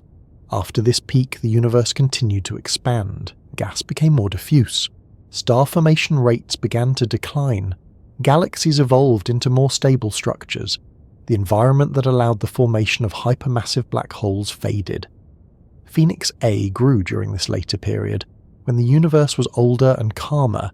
Its growth depended more on mergers within its cluster than on the rapid feeding that defined the quasar era. This shift in cosmic conditions helps explain why black holes like TON 618 are more rare today. The early universe produced many quasars, but over time, the supply of easily available gas diminished. Galaxies consumed their gas reservoirs to form stars. Clusters stabilized their hot gas environments. The number of bright quasars declined dramatically. Most black holes today exist in quieter states. They feed slowly. Their accretion disks are faint. Their activity comes less from bright quasars and more from subtle interactions with the surrounding environment. Travelling conceptually through the quasar era requires imagining not only the behaviour of black holes, but the structure of the universe itself. At that time, the cosmic microwave background was warmer. The distance between forming galaxies was shorter. Dark matter halos were assembling.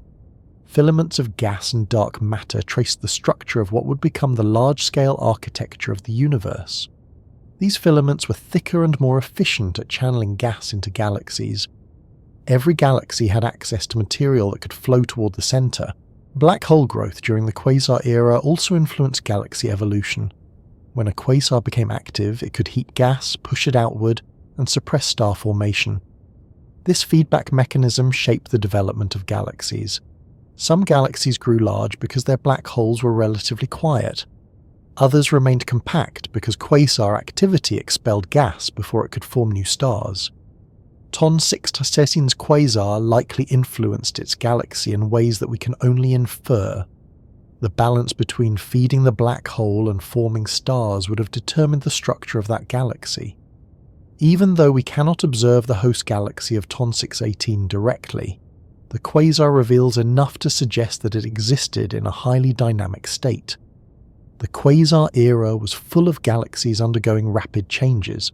Their shapes were irregular. Their star formation rates fluctuated. Their gas reservoirs were in constant motion. When galaxies merged, their shapes distorted. When quasars ignited, gas was heated and pushed away. The environment itself was part of the story. The universe was more chaotic, structures were less settled. Into this chaos, black holes like TON 618 grew with remarkable efficiency. As the universe aged, the quasar era gradually faded. The number of active quasars declined. The universe entered a long period of slower, steadier evolution. Clusters formed, galaxies stabilized, cooling flows shaped the movement of gas. Black holes continued to grow, but at a slower pace. Phoenix A emerged in this world, not from the explosive growth of early quasars, but from the quiet accumulation of mass over billions of years in a cluster environment. Comparing it with TON 618 becomes easier when you understand their origins. One belongs to a time of intense acceleration. The other belongs to a time of long pacing. Seeing the quasar era as the environment that shaped TON 618 provides context for its mass. It wasn't simply that the black hole grew rapidly, it was that the entire universe participated in that growth.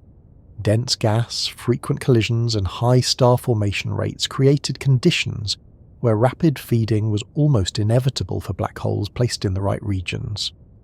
TON 618's extreme mass reflects an environment capable of producing extremes.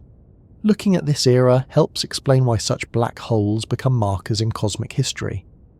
They show us that the early universe was not only active but efficient at creating massive structures. They show us how quickly matter could gather. They show us the role of quasars in shaping galaxies. They show us the difference between youthful cosmic conditions and the more stable conditions of later times. Approaching Phoenix A requires letting go of the expectations built by the quasar era. If the early universe resembles a crowded, energetic city filled with noise, motion, and constant construction, then Phoenix A's world is more like a vast, quiet district built after centuries of development, where everything has found its place and change happens subtly. The region around Phoenix A does not blaze with the intense radiation of rapid accretion. It does not announce itself through bright flares or powerful optical signatures. Instead, it sits within the centre of a massive galaxy cluster, surrounded by hot gas and long-standing gravitational structures that move on timescales almost impossible to imagine. The quiet darkness around Phoenix A is not emptiness. It is the product of an environment that has settled, stabilised, and matured into something far different from the turbulence that shaped black holes like TON 618. Descending toward Phoenix A means entering a space dominated less by the flashy displays of a quasar and more by the slow, steady mechanics of cluster physics.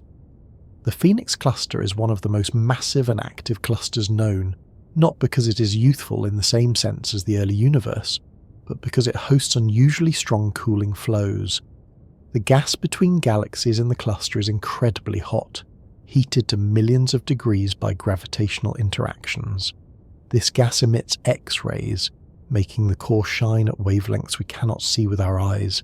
In many clusters, the central black hole produces enough energy to keep this gas from cooling rapidly. But in the Phoenix cluster, the balance leans in a different direction. The gas cools more quickly than typical, allowing it to flow inward. That inward flow provides material for star formation, and for the central black hole, even though the feeding process looks nothing like the dramatic accretion disks of the quasar era. This cooling flow contributes to the faint but steady activity at the centre of the cluster. The material drifting inward does not form a bright quasar. It does not ignite a luminous disk with emission lines stretching across the spectrum. Instead, the inflowing gas forms a more subdued structure. Some of it cools enough to form new stars in the central galaxy. Some of it becomes part of the long-term feeding cycles that sustain Phoenix A's black hole. These processes unfold over hundreds of millions of years.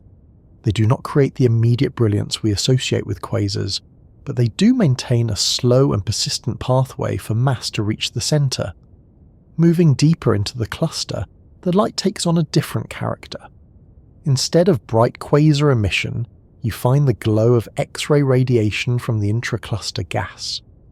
Telescopes that observe in these wavelengths reveal complex structures, bubbles carved by past jets, shock fronts indicating earlier periods of activity, and long filaments of cooler gas stretching inward.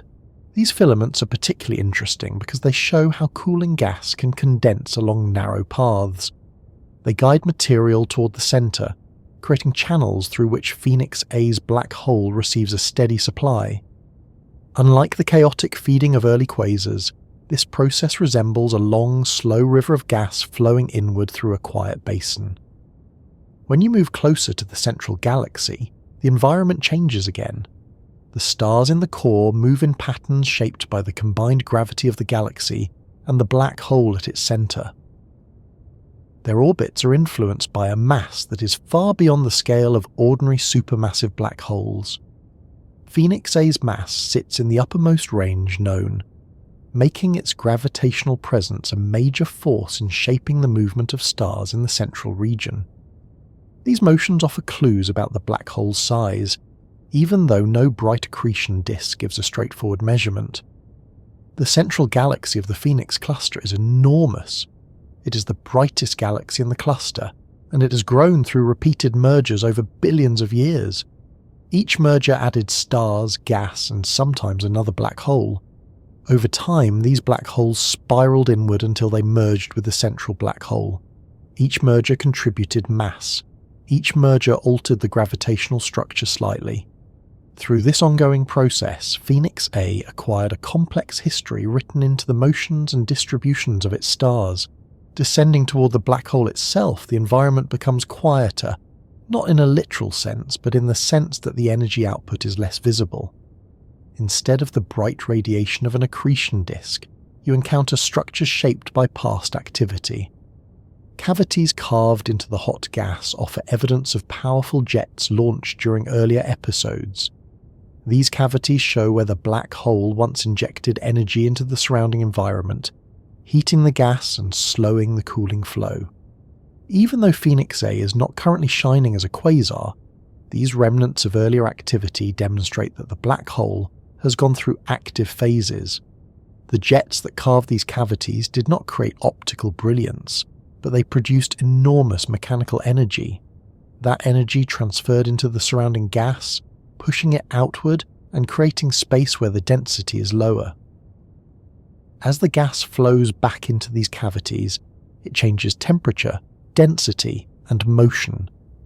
These effects create a dynamic but understated interplay between the black hole and the cluster. They reveal how Phoenix A influences its environment even without the dramatic signals usually associated with accretion.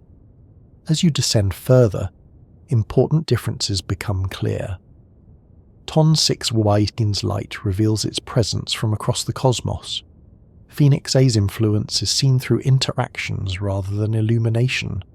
The black hole itself is almost entirely hidden. It does not shine. It does not outline itself with glowing gas. It is a gravitational core at the center of a region filled with matter shaped by its pull. The quiet darkness around it does not imply inactivity, but rather a different mode of existence. One where energy transfers occur more gently, where feeding happens gradually, and where the structures marking past activity fade slowly into the broader tapestry of the cluster. Another aspect of descending toward Phoenix A involves the recognition that this black hole grows not through rapid bursts of feeding, but through steady accumulation. The cluster environment provides gas consistently, but at rates far below what would be required for a luminous quasar. Phoenix A's growth reflects patience rather than urgency. The inflowing gas moves downward through temperature gradients, cooling enough to become denser but not cooling so quickly that it forms a bright accretion disk. Instead, it forms streams and clouds that gradually spiral inward. The dynamics of this slow feeding reveal a process that is spread across immense stretches of time. As you come closer to the central region, the temperature of the gas changes significantly. The gas in the cluster can remain at tens of millions of degrees, but the inflowing streams cool to lower temperatures as they move inward. Observations of these cooling filaments show that they extend for hundreds of thousands of light years. They act almost like cosmic rivers, channeling gas toward the central galaxy. These structures are among the reasons the Phoenix cluster forms stars at an unusually high rate. As the gas cools, it reaches conditions suitable for forming new stars. The central galaxy appears to be undergoing one of the highest star formation rates observed in any cluster. This rate reflects not only the cooling gas, but the balance between feeding the black hole and forming stars. Descending deeper brings you closer to the region where the gas becomes dense enough to be influenced directly by the black hole's gravity. The stars in the central bulge move at high velocities. Their paths reflect the mass at the center, and by observing these motions, astronomers approximate the mass of Phoenix A. These star motions offer some of the most concrete evidence of the black hole's size. Even though the black hole itself is invisible, the motions around it reveal its scale. The gravitational pull required to keep stars moving at such speeds points to a mass that fits within the category of the most massive black holes known. As the descent continues, the complexity increases.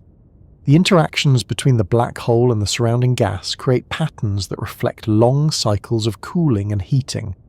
When the gas cools and flows inward, the black hole eventually receives enough material to ignite a new episode of energy release. That energy heats the gas again, creating a temporary balance that slows the cooling. But in the Phoenix cluster, the cooling is unusually strong, which means the black hole must go through cycles more frequently or more intensely. These cycles leave behind structures such as shock fronts and cavities, which reveal the history of activity. Even within this quiet environment, traces of earlier dynamism remain. Radio observations reveal regions where electrons accelerated by jets emit radiation long after the jets themselves have faded. These radio signatures outline the pathways carved by the jets. They show how far the influence of the black hole extends. They also show how the cluster gas responds to these injections of energy. The radio structures help scientists estimate the power of past jets, which in turn helps estimate the amount of mass accreted during those episodes. Approaching the event horizon itself does not provide visual clues. There is no bright disk illuminating the edge. Instead, the region is filled with diffuse gas, low in density and dim in emission. The black hole sits in the center, shaping everything around it through gravity alone. This gravitational presence is the defining feature of Phoenix A's quiet darkness. It shapes the cluster by regulating the flow of gas. It shapes the central galaxy by anchoring its structure. It shapes the motion of stars by dominating the central potential well. Descending into this environment brings into focus how different Phoenix A is from black holes observed during the quasar era. Its growth is not marked by blazing light, but by gravitational influence and long-term cycles. Its presence is not seen directly, but interpreted through the structures it creates. Its environment is not chaotic but stable, filled with hot gas that moves slowly across vast distances. The quiet darkness becomes a reflection of an advanced cosmic age, where early galaxies created rapid growth, clusters create slow accumulation. The difference between brightness and darkness becomes one of activity, not mass. A black hole can be incredibly massive and still remain faint. The light surrounding it depends on how much material is currently falling inward. Phoenix A does not require high feeding rates to maintain its influence. It has already reached a size where its gravitational effects dominate the central region. Whether lit or dark, its presence is unmistakable through the structures it shapes. Moving through the complex environment of the Phoenix cluster shows how varied the paths to extreme mass can be. TON 618 reached its size through early, intense feeding. Phoenix A reached its size through slow, steady merging and cooling flows. One grew quickly in a young universe. The other grew gradually in a settled one. The descent toward Phoenix A's quiet darkness marks the contrast between these two histories. When trying to grasp the scale of something like TON 618 or Phoenix A, it often helps to move away from the numbers for a moment. Numbers become difficult at this level. They stretch into ranges where the difference between billions and tens of billions stops feeling meaningful. Instead, imagining the physical boundary of each black hole, the event horizon, brings the scale into clearer focus. The event horizon is not a surface in the traditional sense. It's not a place where matter collects. It isn't a shell you can touch or a structure you can map with conventional tools. It is a boundary defined by what can and cannot escape. If light crosses that boundary, it cannot return. The strength of gravity becomes so absolute that escape is no longer possible. Even though the event horizon is invisible, the radius that defines it comes directly from the mass of the black hole, and that radius grows in proportion to the mass. This is why black holes such as TON 618 and Phoenix A can have event horizons large enough to encompass entire star systems. The simplest way to think about the size of an event horizon is through the Schwarzschild radius, which calculates how large the boundary would be for a non-rotating black hole of a given mass. In real life, many black holes spin, so the details become more complicated. But for understanding the scale, the Schwarzschild radius offers a clear, direct way to see how mass translates into size. For every solar mass, the Schwarzschild radius is about 3 kilometers. That number seems small, almost trivial, until you begin stacking it billions of times. A single solar mass creates a radius of 3 kilometers. 1 million solar masses create a radius of 3 million kilometers. 1 billion solar masses create a radius of 3 billion kilometers. Once you reach tens of billions of solar masses, you're dealing with boundaries that dwarf the scale of planetary systems.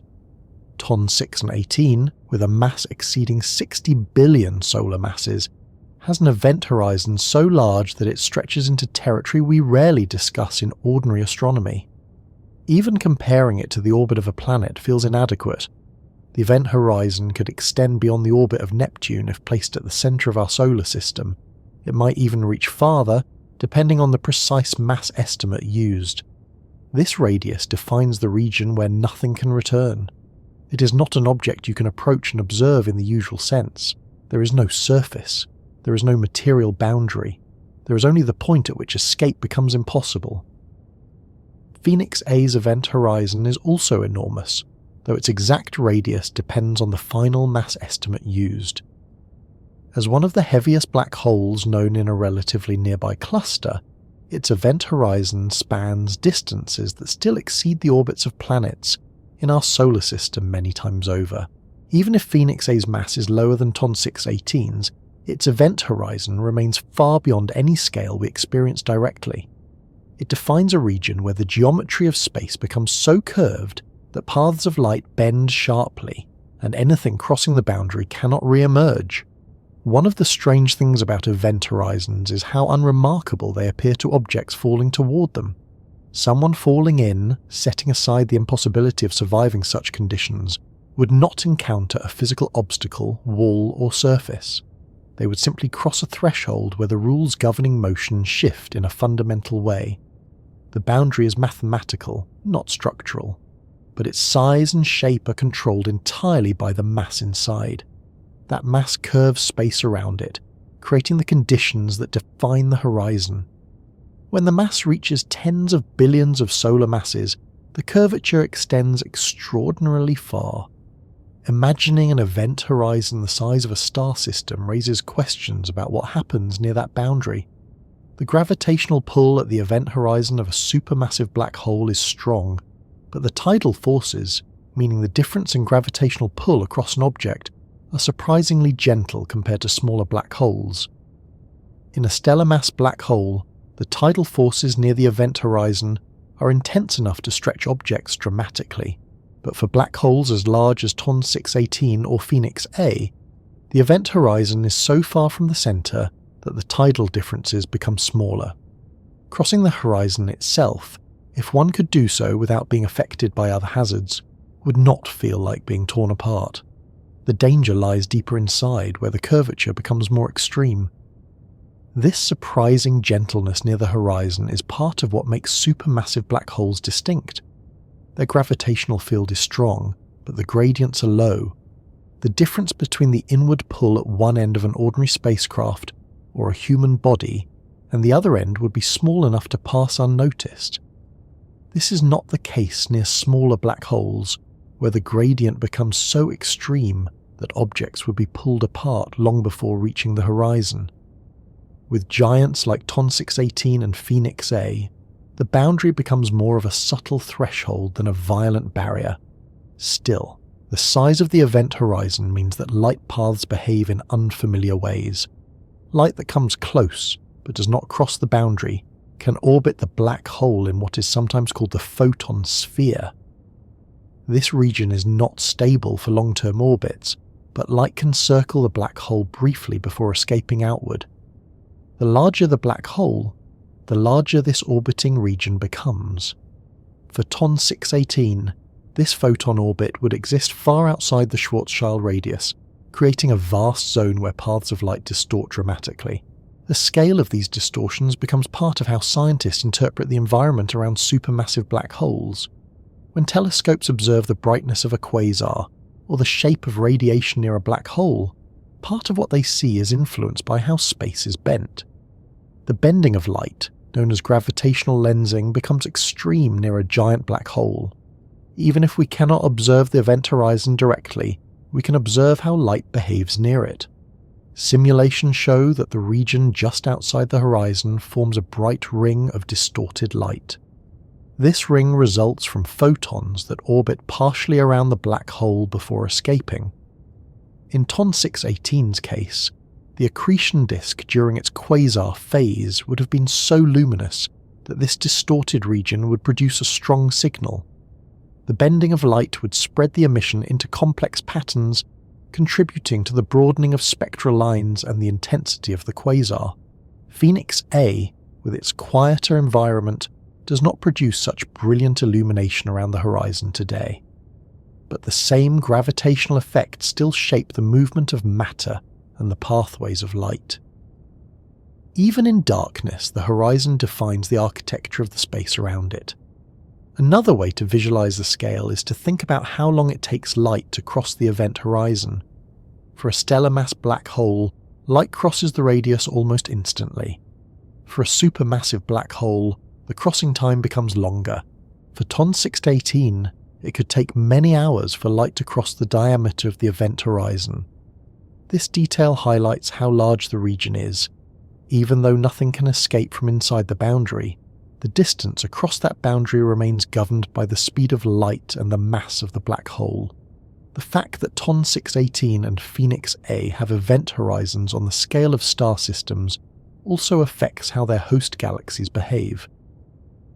The gravitational pull near the centre becomes a dominant force on the orbits of nearby stars. Large regions of the central galaxy respond not to the mass of millions of stars around them, but to the single concentrated mass at the heart. This influence extends outward far beyond the event horizon, shaping the entire central structure of the galaxy or cluster. In the Phoenix cluster, the central galaxy is so large that its structure blends with the intracluster medium. The presence of Phoenix A influences the motion of stars across wide regions.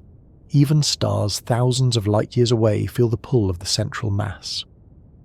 TON 618 likely exerted similar influence on its host galaxy during its quasar phase.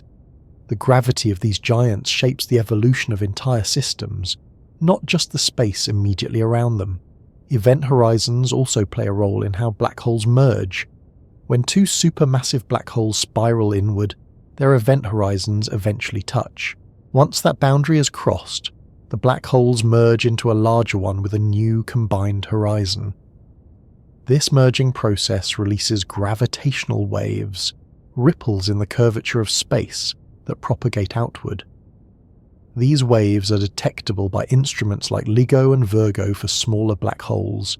For giants like Phoenix A or TON 618, mergers produce gravitational waves at frequencies lower than current detectors can measure, but future observatories may eventually detect such events. When two event horizons of this size combine, the resulting boundary becomes even larger, creating a single, more massive black hole. Imagining horizons on these scales also highlights how black holes interact with gas clouds. Gas that drifts inward far from the event horizon behaves differently from gas near the boundary. Far outside the horizon, gas may orbit for millions of years, forming disks or streams. As it falls inward, it heats and accelerates. But near the event horizon, its motion becomes dominated entirely by the curvature of space. If the feeding rate is high, the region outside the event horizon lights up dramatically. If the feeding rate is low, the event horizon sits quietly with little activity visible around it. Phoenix A's current quietness shows how a black hole can have an enormous event horizon yet appear faint. Without a brightly feeding disk, the horizon remains hidden, its presence revealed only through indirect signs, such as the motion of stars and the shape of gas structures. TON 618, by contrast, shines because of its accretion disk. Its event horizon might be even more dramatic, but the brightness of the quasar obscures the boundary itself. We do not see the horizon, we see the gas outside it. Another aspect of horizon size involves gravitational time dilation. Time passes differently near such a massive object.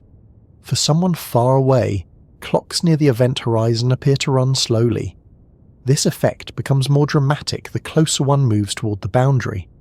For black holes with event horizons the size of star systems, the region where significant time dilation occurs is vast. Gas orbiting near the horizon experiences time in a different way than gas far outside it. The interplay between time dilation and orbital motion affects the shape of the accretion disk and the behavior of matter near the black hole. Even though the event horizon is a boundary that nothing can cross outward, its size remains meaningful for understanding the scale of the black hole's influence. The horizon marks the point where gravity becomes absolute. Beyond that boundary, the core of the black hole holds all of its mass in an incredibly compressed region. The surrounding space responds to that mass through curvature. This curvature guides the movement of stars, gas, and light. Thinking about star system-sized event horizons makes it easier to understand how black holes like TON 618 and Phoenix A become central anchors. They are not just large objects. They are structures that define the architecture of their environments. They shape the motion of matter across vast distances. They regulate gas flows, they influence star formation. Their horizons mark the inner boundary of a gravitational influence that extends outward across regions so large they become difficult to describe. As these horizons grow through feeding and mergers, the space they occupy expands. Each additional solar mass increases the radius slightly. Over billions of years, this growth produces the extreme sizes we see today. TON 618's horizon reflects rapid early growth. Phoenix A's reflects long-term patience. Both horizons represent journeys through cosmic history, shaped by conditions that differ dramatically, but guided by the same physics. Trying to imagine what it would be like to fall toward a black hole the size of TON 618 or Phoenix A means entering a part of physics where intuition stops being useful. Everything we experience, motion, light, time, gravity, behaves differently as you approach a region governed by such extreme curvature of space. Even so, thinking slowly through the process can reveal what distinguishes these giant black holes from the smaller ones found in ordinary galaxies. Unlike the violent tidal forces you might expect from the kind of black hole formed from a collapsing star, the environment near a supermassive black hole's event horizon becomes strangely gentle. The quietness is deceptive because it masks the gravity that ultimately directs everything inward. But in terms of the physical sensations an object might encounter as it falls, the scale of these giants softens the experience rather than intensifying it. If you started from far away, drifting toward either TON 618 or Phoenix A, the early part of the journey would feel uneventful. At such distances, the gravitational influence of the black hole would blend with the gravity of surrounding stars and gas. You would be inside a region shaped by the larger galaxy or cluster, rather than by the black hole alone. Your motion would follow paths determined by the overall structure around you. Only as you move closer would the central mass begin to dominate. The gravitational pull would slowly become more aligned toward the center, and the surrounding stars would appear to shift position as your path gradually curved inward. During this approach, time would still feel normal to you, but to a distant observer your motion would begin to look slower. This difference marks the first steps toward gravitational time dilation. The effect grows stronger the closer you come to the event horizon. If you carried a clock with you, it would tick at the usual pace from your perspective, but someone observing from far away would see that same clock ticking more slowly than theirs. This difference is not a trick or illusion. It reflects the real way time changes in the presence of strong gravitational fields. For supermassive black holes, the region where time dilation becomes noticeable is enormous, stretching across distances measured in billions of kilometers. As you continue inward, the gravitational pull begins to guide you more directly. Unlike orbiting near a smaller black hole, where tidal forces would stretch objects violently long before crossing the horizon, the tidal forces around TON 618 or Phoenix A remain surprisingly small at this stage. The reason is simple. Tidal forces depend on the gradient in gravity, not just the overall strength of the pull. Because the event horizon of a giant black hole sits far from its center, the gradient across an object remains low. Your head and your feet would experience almost the same gravitational pull. You would not feel stretched. You would not feel crushed. You would simply fall, as if moving through empty space. The strange part is how little sensation accompanies such an extreme environment. Even though you would be falling at high speed, you would feel weightless. Falling removes the sensation of weight because weight only appears when something prevents you from falling. In empty space, falling feels like drifting. In that sense, the approach toward the horizon becomes quiet in a physical and sensory way. There is no sound. There is no resistance. The motion feels natural because gravity does not push. It guides. If you looked outward during this approach, the view would shift in ways that violate everyday expectations. Light from distant stars would begin to distort. Gravitational lensing would bend their paths, making some stars appear to stretch into arcs or thin curves. Regions of space behind the black hole would seem to wrap upward and around, creating the illusion that distant light sources are appearing in places where they should not exist. This distortion grows more intense the closer you move toward the photon orbit region, where light can circle the black hole once or twice before escaping. For black holes as large as TON 618, this region lies at significant distance from the horizon. The brightness of the accretion disk during the quasar era would have made this region glow with intense light. Phoenix A, being quieter now, offers less illumination, so the view would be darker. But the distortions would still exist because the geometry of space depends on mass, not light. Even in a quiet cluster core, the bending of starlight would reveal the black hole's presence long before reaching the boundary. As you approach the photon orbit, the distortions of light become more dramatic. Light from behind you could be bent forward. Light from above could appear below. The sky would begin to compress toward a smaller area ahead of you. The black hole itself would appear as a dark sphere growing in size, surrounded by a thin, bright ring of distorted light. For TON 618, that ring would stretch across a breathtaking portion of your view, because the photon orbit encloses a region larger than the diameter of the solar system. For Phoenix A, the effect would be similarly vast, though the brightness might differ depending on local gas and dust. By this point in the fall, time dilation becomes significant. If someone far away watched your descent, they would see your motion slowing even though you experienced no such change. To them, your clock would be ticking at a slower rate. To you, everything would remain consistent. Nothing in your body would slow.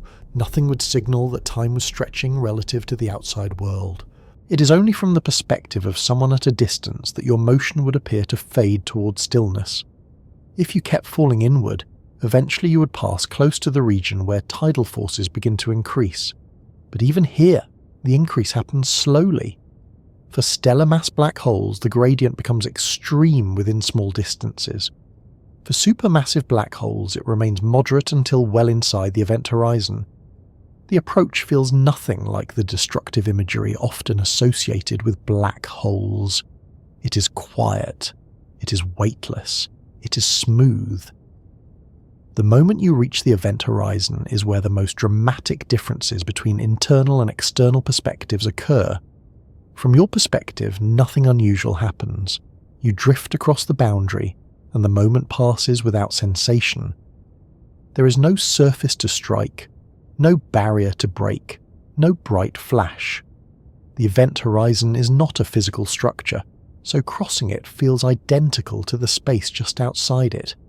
But from an external point of view, this is the point where your image would freeze. Someone watching from far away would see your descent slow until it nearly stops. Your clock would appear frozen. Your light would become dimmer and more redshifted. Eventually your image would fade into darkness. But this fading is an effect of the way light behaves near the horizon, not an indication of anything happening to you at that moment. Once inside the event horizon, the geometry of space changes in a way that is difficult to visualize. The direction you experience as forward no longer leads outward. Every possible path becomes directed inward. There is no direction that allows escape. Even if you attempted to accelerate outward, the structure of space-time would prevent it. Inside this boundary, all possible motions lead toward the core. Despite the inevitability of the inward path, tidal forces remain relatively small for giants like TON 618 or Phoenix A until you move closer toward the center. That means an object could travel for a significant amount of time inside the horizon before encountering destructive forces. The journey inside is not long in terms of physical distance, but time dilation and the curvature of space-time affect how that motion unfolds. For massive black holes, the region inside the horizon remains large compared to the same region inside smaller black holes. Light inside the event horizon behaves in unfamiliar ways. Outward travelling light still moves outward relative to you, but mathematically it follows paths that lead inward. This contradiction reflects the difference between local perception and global geometry. Locally, the speed of light remains the same. Globally, the curvature of space forces those paths to bend. If you carried a flashlight and shined it outward, The beam would appear normal to you, but its path would curve irreversibly toward the centre. You would not see darkness in front of you. You would see light behaving normally. Yet all of it would be directed toward a single destination. The deeper you fall inside the horizon, the more the curvature of space intensifies. Eventually, tidal forces would increase enough to stretch or compress objects. For giant black holes, this stage occurs much closer to the centre. Ton 618's immense size creates a large interior region where tidal forces remain gentle. Phoenix A's interior would also be sizable. The difference between these giants lies in their masses, not in the experience of crossing the horizon. What makes these falls fascinating is the silence. Not just literal silence. Space has no medium for sound, but the silence of physics acting without drama. Nothing announces the crossing of the boundary. Nothing announces the increase in curvature. Nothing alerts the falling object to the change in time relative to the outside world. Everything happens smoothly because the scale is so enormous.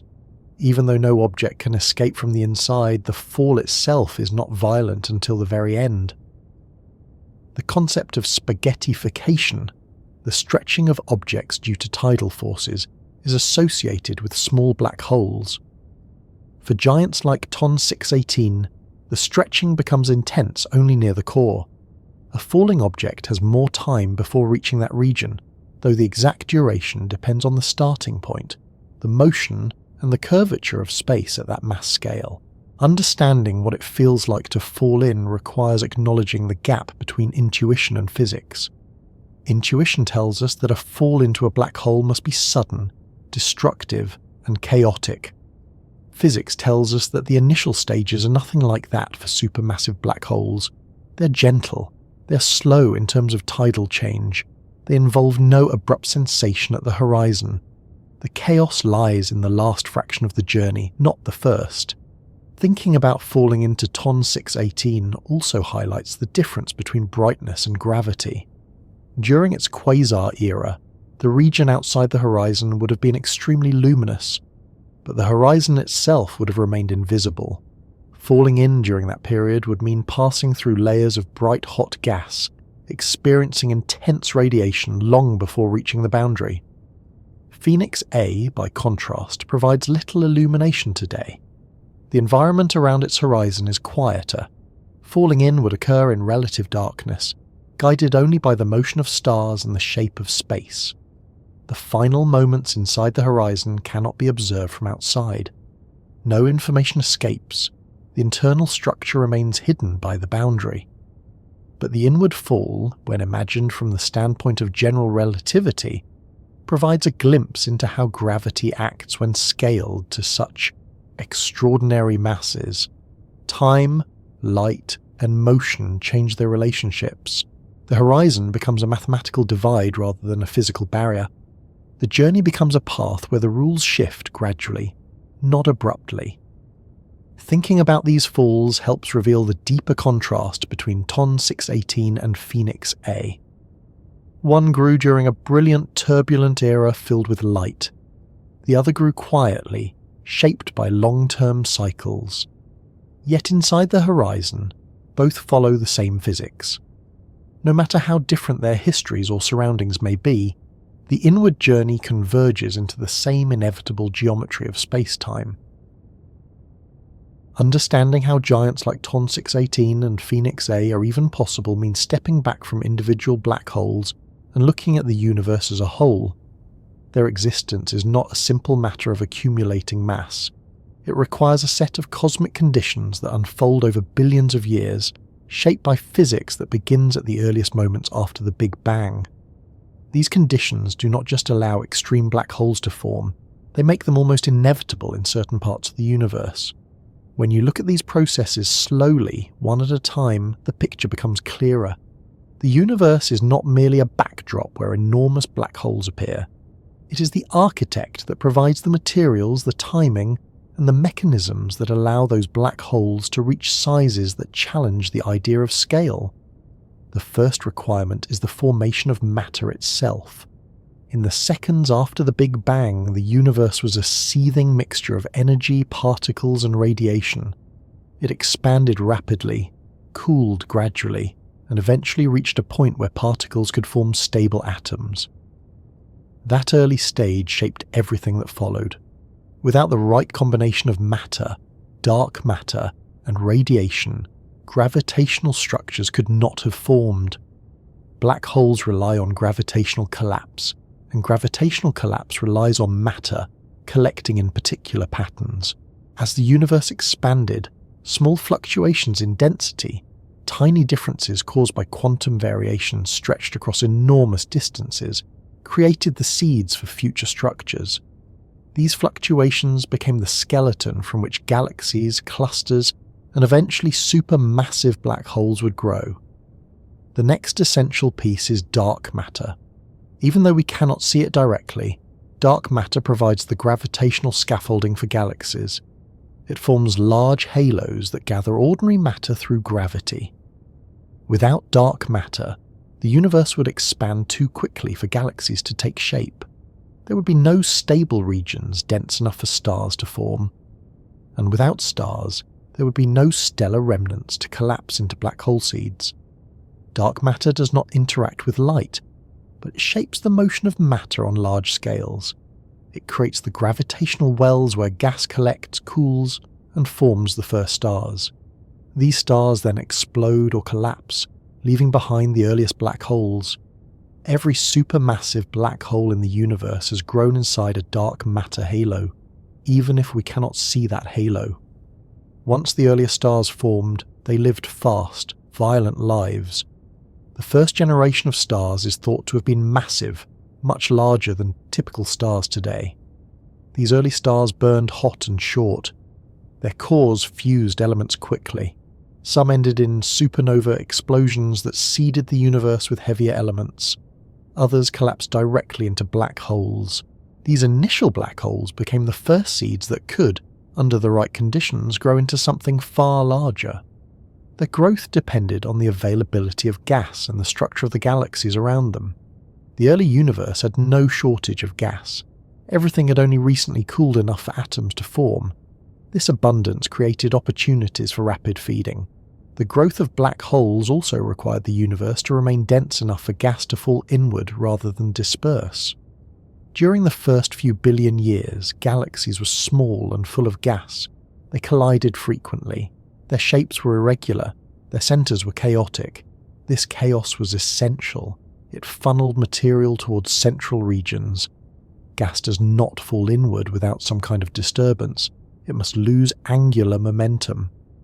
Collisions between galaxies, interactions between gas clouds, and turbulence created the conditions needed for gas to settle toward the center. Each inflow event gave black holes more material to consume. This is why the quasar era occurred early in cosmic history rather than later. Another requirement is that the universe must evolve in a way that allows black holes to merge. When galaxies collide, their black holes do not immediately combine.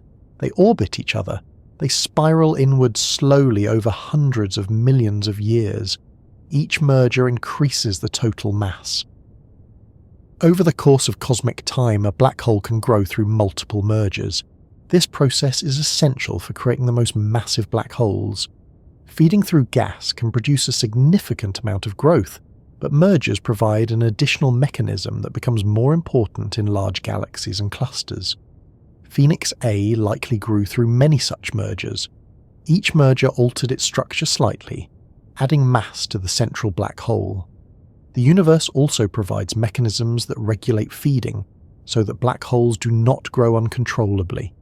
Radiation emitted from accreting gas pushes outward, slowing the rate of inflow. Jets launched from the central regions heat surrounding gas, preventing it from cooling too quickly.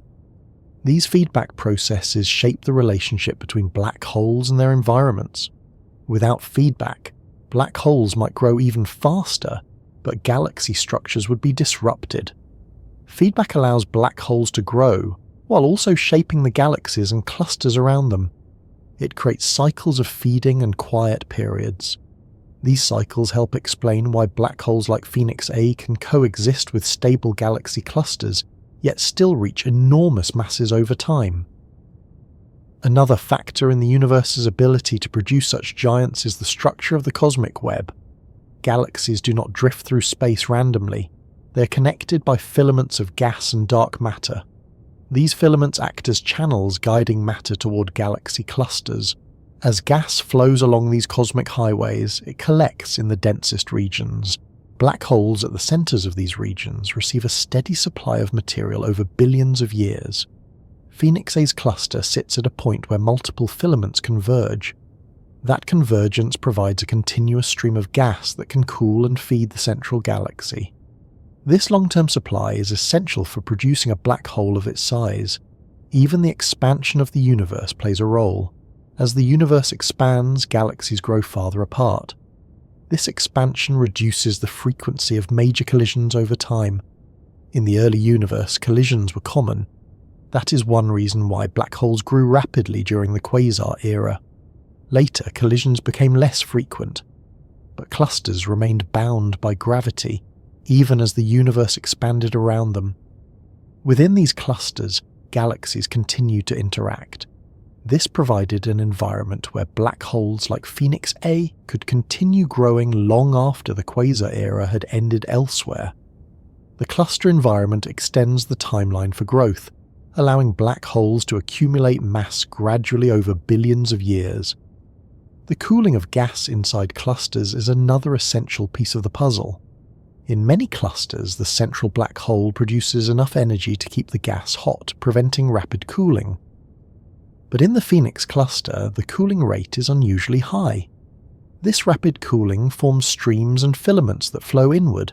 The fact that the gas can cool at this rate means that material continues to reach the central galaxy, and eventually the black hole. Without this cooling, the gas would remain hot and diffuse. Phoenix A would receive less material. The cluster's unique balance between cooling flows and heating processes allows the black hole to grow beyond ordinary expectations.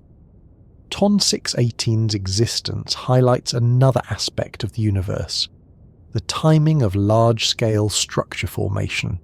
In the early universe, structures formed quickly. Gas fell into dark matter halos at high rates.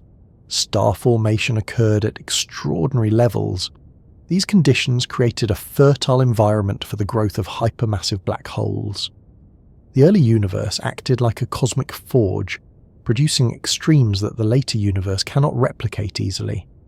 By the time the universe expanded enough to reduce these opportunities, objects like TON 618 had already reached remarkable sizes. Their masses became locked into place by time and distance.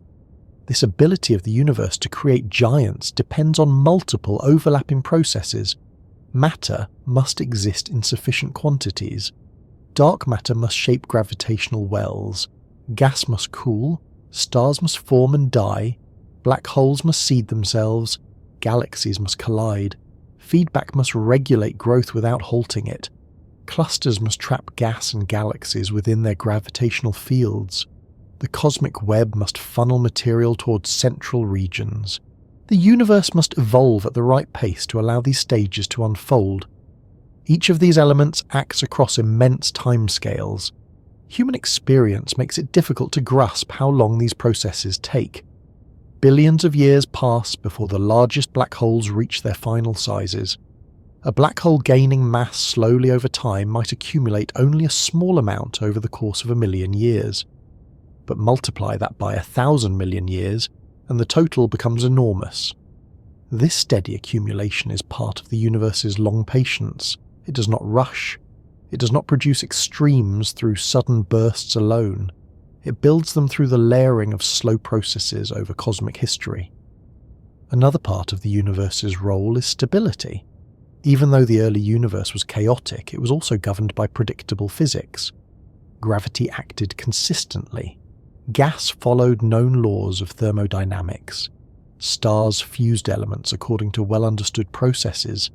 This predictability allowed structures to form in recognizable patterns.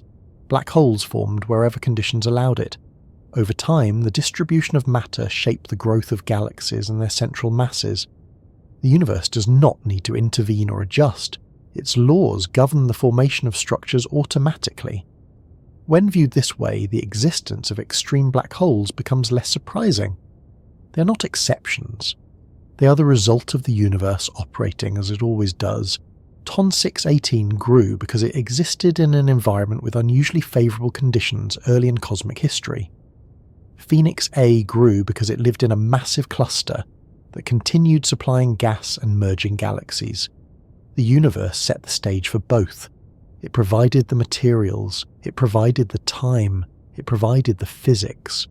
Seeing the universe as the architect of these giants also helps explain why such extreme objects become tools for studying cosmic evolution. Their masses reflect the environments they grew in. Their brightness or quietness reveals the activity around them. Their influence shapes the structures that contain them. They become records written across billions of years. TON 618 records the intensity of the early universe. Phoenix A records the long-term accumulation inside clusters. Each tells a story not only about itself, but about the universe that allowed it to form. When you look carefully at black holes as large as TON 618 and Phoenix A, they begin to act not only as astronomical objects but as historical records. Their sizes, environments, and behaviours are shaped by the state of the universe at different times. They carry the imprint of events that happened long before Earth formed, long before the Milky Way took shape, and long before the structures familiar to us today came into existence. These giants serve as markers along the timeline of cosmic evolution. Each of them tells a different story about how the universe has changed, what conditions existed at certain epochs, and how matter has flowed through the cosmos over billions of years. By studying them, you begin to see the broader patterns that define cosmic history. TON 618 is a window into the early universe, a time when everything was more compact, dynamic, and energetic. Its mass, its quasar brightness, and its distance all point toward the universe's most active era. When its light began travelling toward us, galaxies were still forming and merging at high rates. Gas clouds were everywhere. The cosmic web had not yet stretched into its current configuration. The universe was only a few billion years old. In that environment, extreme growth was possible. TON 618's existence indicates that some black holes were able to take advantage of these early conditions, feeding quickly and efficiently during a period when the supply of cold gas was enormous. The brightness we see from TON 618 is not simply the glow of a distant object. It is a message sent from a younger cosmos. The broad emission lines reveal the velocity of gas swirling around the black hole, telling us that the structure was already immense at a time when most galaxies were still assembling. The fact that we can observe that light now means that the quasar was powerful enough to project its signal across more than 10 billion years of expansion. As the universe stretched, the wavelengths of its light stretched with it. The redshift tells us exactly how far back in time we're looking. When you place that information on the timeline of cosmic history, TON 618 becomes a landmark. It marks a moment in the universe's youth when intense feeding created black holes that would remain among the largest known. Phoenix A, on the other hand, occupies a very different part of the universe's timeline. It exists in a cluster that formed over billions of years. Its mass reflects not rapid early growth, but long-term accumulation. Over time, galaxies merged at the cluster's centre.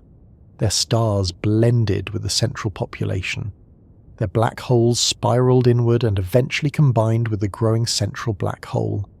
The cooling flows within the Phoenix cluster continued feeding gas into the core, adding more mass little by little.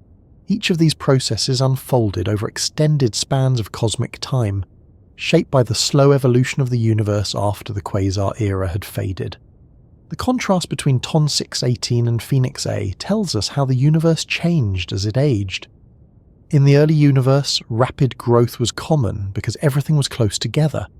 Galaxies interacted often. Gas cooled quickly. gravity had not yet stretched the cosmic web to the vast scales seen today. Hyperluminous quasars were abundant because the feeding environment was ideal. Black holes could reach extreme sizes within relatively short cosmic intervals. TON 618's existence reveals that some structures formed astonishingly quickly, far earlier than one might predict based solely on current cosmological conditions. Phoenix A reflects the later universe, where large-scale structures such as galaxy clusters dominate. The expansion of the universe slowed the rate of galaxy interactions outside of clusters, but inside clusters, gravity continued pulling galaxies together. The cluster environment became a stable, long-term engine for growth. Phoenix A's mass reveals that clusters can act as reservoirs of matter long after the quasar era ends. They show that extreme black holes can reach enormous sizes, not only through rapid feeding in the early universe, but through steady accumulation in mature cosmic environments. These two paths, rapid early growth and slow late growth, mirror the broader evolution of the universe. Early cosmic history is defined by rapid changes. Stars form quickly, galaxies grow explosively, structures emerge from turbulence. Later cosmic history is defined by stability, cooling, and gradual transformation. Clusters form, galaxies settle. Black holes like Phoenix A grow quietly instead of blazing as quasars. Each era contributes differently to the growth of cosmic structures. Another element that these giants reveal is the role of environment in shaping cosmic history. TON 618 formed in a galaxy likely rich with gas and undergoing intense star formation. Its host galaxy probably experienced multiple mergers. These interactions drove gas toward the center, creating the perfect conditions for rapid accretion. Phoenix A formed in a central cluster galaxy, surrounded by hot gas extending across hundreds of thousands of light-years. The gas cooled slowly, forming streams that brought material inward. Although the environment was quieter, the long-term supply of gas and repeated mergers eventually produced a black hole of extreme size. This difference in environment reflects how matter becomes distributed as the universe evolves. In the early universe, dense regions of gas existed in many galaxies. In the later universe, gas becomes concentrated in the intra-cluster medium. TON 618's fuel came from its galaxy's internal gas. Phoenix A's fuel comes from the broader cluster environment. These differences reveal how the universe reorganizes matter over time. Black holes like these also tell us something about the cosmic web. TON 618's presence suggests that some dark matter halos in the early universe were unusually efficient at funneling gas into their centers. This efficiency allowed the early growth of massive black hole seeds. Phoenix A's cluster environment reveals how cosmic filaments channel gas into large gravitational wells over billions of years. These filaments supply clusters with material that continues feeding central galaxies long after individual galaxies have exhausted their gas. The cosmic web, therefore, plays a central role in producing extreme black holes across different eras. Another piece of cosmic history revealed by these giants involves feedback processes. Quasars release enormous amounts of energy. That energy heats surrounding gas, regulates star formation, and influences the evolution of galaxies. TON 618's quasar likely produced winds strong enough to push gas outward from its host galaxy. These winds help explain why some galaxies stop forming stars earlier than others. Phoenix A shows a different kind of feedback. Its jets carve cavities in the cluster gas, injecting energy that prevents runaway cooling. These two types of feedback, quasar winds and cluster heating, illustrate how black holes influence their environments differently at different times in cosmic history. The behavior of these giants also shows how galaxies evolve. TON 618 in his host galaxy likely grew rapidly, forming stars at high rates before its quasar pushed gas outward. That early star formation enriched the galaxy with heavier elements, shaping its future evolution. Phoenix A's galaxy grew through mergers. Each merger added stars, changed the distribution of mass, and contributed to the overall structure of the central region. These patterns mirror the broader shift in galaxy evolution from early starburst activity to later merging activity in clusters. Cosmic history is also written in the way these black holes interact with light. TON 618's quasar shows that the early universe was filled with luminous energetic sources that reveal the distribution of gas and matter through absorption lines in their spectra. These lines show what the intervening universe looked like at that time. Phoenix A being dimmer relies on X-ray emissions from the cluster gas to reveal its environment. These X-ray signals show how gas behaves in the later universe. They reveal cooling flows, cavities carved by jets, and the temperature structure of the cluster. In both cases, the light, or the lack of it, carries information about the state of the cosmos at vastly different times. One of the deeper insights these giants offer is that the universe is not static in its ability to form extreme objects. Early conditions favoured one type of giant. Later conditions favoured another.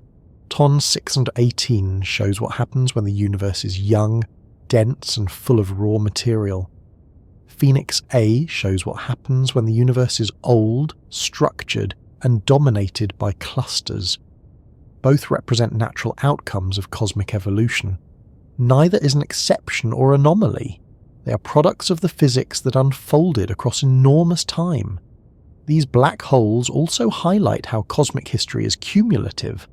Every generation of stars contributes elements to the next. Every merger reshapes galaxies. Every cooling flow redistributes matter. Every quasar blast clears space for future growth. Each stage builds on the previous ones. TON 618 formed from environments shaped by the first stars and early galaxy assembly. Phoenix A formed from environments shaped by billions of years of mergers and gas dynamics. Their masses reflect the layered history beneath them. Even their sizes reflect the timeline of the universe.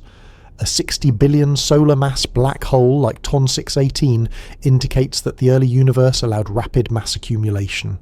Phoenix A's similar magnitude indicates that long-term processes in clusters can eventually match those early growth rates. Their horizons stretch across distances far larger than planetary orbits because the universe had time to supply them with enough material. Their existence tells us that the universe is capable of producing structures that greatly exceed the scale of galaxies themselves. When examined closely, TON 618 and Phoenix A become complementary records. TON 618 shows the height of early cosmic activity. Phoenix A shows the endurance of long-term cosmic evolution. Together, they reveal that the universe shapes its largest structures through both the explosive energy of youth and the steady accumulation of age. They are products of a universe that changes, cools, stabilizes, and continues building over billions upon billions of years. Trying to make sense of something as large as TON 618 or Phoenix A eventually brings you face to face with the limits of human scale. Our lives unfold on such small stages compared to the structures the universe builds. We measure our surroundings in meters or kilometers. We think about hours and days, even when we stretch into bigger numbers such as the distance to the moon or the length of a year. Those scales remain close to us. They are familiar enough that we can imagine them without strain. But the universe refuses to confine itself to those comfortable boundaries. It creates structures that exceed every intuitive frame we carry. It stretches masses across billions of solar equivalents. It shapes distances measured in trillions of kilometers. It unfolds over timescales so long that words like ancient begin to lose definition. And yet somehow, the human mind continues to reach outward, trying to understand forces and sizes that were never meant to fit inside our everyday experience. This is what gives objects like TON 618 and Phoenix A their unusual power. They are not only physical structures, they are reminders of how small our ordinary frames of reference are, not in a discouraging way, but in a way that expands perspective gently. When you think about an event horizon that could swallow entire star systems, or a black hole that formed when the universe was only a fraction of its current age, you're forced to widen the lens through which you view existence. The numbers no longer tell the whole story. The images no longer offer easy comparisons. You begin to feel the scale instead of calculate it. Something shifts internally as you realize how much there is beyond anything human senses evolved to process. And yet, there is calmness in that realization. Instead of feeling lost, many people feel comfort in the enormity. It becomes a kind of soft mystery, one that doesn't demand answers but invites reflection. Ton 618 and Phoenix are sit so far away and their masses are so large that the usual instinct to measure or categorize begins to quiet down. Instead of trying to fit them into some mental diagram of planetary orbits or galactic maps, you find yourself stepping back and simply accepting that there are structures in the universe whose scale operates beyond any practical comprehension. It's not necessary to understand them fully to feel the presence they represent. This shift often creates a kind of gentle humility, not the kind that diminishes human significance, but the kind that places human experience within a broader context. A black hole growing over billions of years is not a threat to human meaning. If anything, it reminds us that the universe has space for both extremes, vast cosmic structures and small conscious moments like the one you're having now. The contrast does not minimize either side.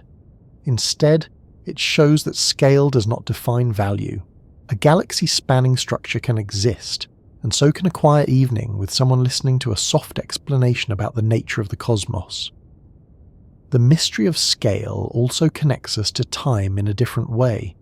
When thinking about the mass of Ton 618, you're thinking about something that existed in full force billions of years before Earth took shape. Its quasar shone when the universe was young enough that galaxies were still learning how to assemble themselves. The light that reaches us now is a memory of that time, travelling across an expanding universe. Phoenix A's mass reflects processes that continued long after. It is the product of countless mergers, cooling flows, and gravitational cycles that unfolded while planets formed, life emerged, species evolved, and civilizations grew. Even though these giants seem impossibly distant, their histories include the same timeline that led to the present moment. They are not separate from our story. They are part of the same universe that produced us. Thinking about these timelines creates a sense of continuity. When you look at Ton 618's light, you are looking at something that left its source long before humanity existed. When you consider Phoenix A's slow growth in the heart of a cluster, you are contemplating a process that continued through all of Earth's history. Scale becomes not only a matter of distance or mass, but a matter of time. Understanding these objects requires acknowledging that our own lives are short frames in a much larger sequence, and yet our curiosity allows us to reach across that sequence, tracing the faint signals from ancient quasars and the subtle patterns in cluster gas. This ability to interpret vast scales is unique. No other species we know of contemplates the growth of black holes or the evolution of galaxy clusters. No other species measures light that has travelled billions of years to reach them. Even though we occupy a tiny corner of the universe, we have developed the tools and the perspective to understand structures so large they seem almost beyond imagination. The fact that we can comprehend even parts of them becomes a quiet triumph. It reminds us that the universe is not merely indifferent space, it is something we can explore intellectually, even from a small planet orbiting a quiet star. When thinking about scale, it also becomes clear how interconnected everything is. Black holes like Ton 618 and Phoenix A do not sit apart from the rest of the cosmos. They're shaped by the flow of matter through galaxies. They're influenced by the expansion of the universe. They depend on dark matter halos. They emerge from the deaths of massive stars and the merging of galaxies. And they in turn influence their surroundings, regulating star formation, shaping cluster structures and releasing energy across enormous distances. These giants are woven into the universe in ways that reflect the same laws of physics that govern atoms, planets, and biological systems. Nothing about them is separate from the underlying fabric. Their size does not make them exceptions. Instead, they are results of the universe applying its rules across greater scales. Recognizing this continuity makes the universe feel more unified. It shifts the narrative away from seeing cosmic structures as distant curiosities and towards seeing them as natural outcomes of the same processes that allow stars to shine and planets to form. It also highlights how small-scale life fits into the broader picture. Humans may never experience gravitational time dilation near an event horizon or witness a galaxy merger directly, but our existence depends on earlier events that followed the same physical laws. The elements in our bodies were forged in stars. Those stars were influenced by the gravitational pull of black holes and dark matter. Those black holes formed from earlier stars in earlier galaxies.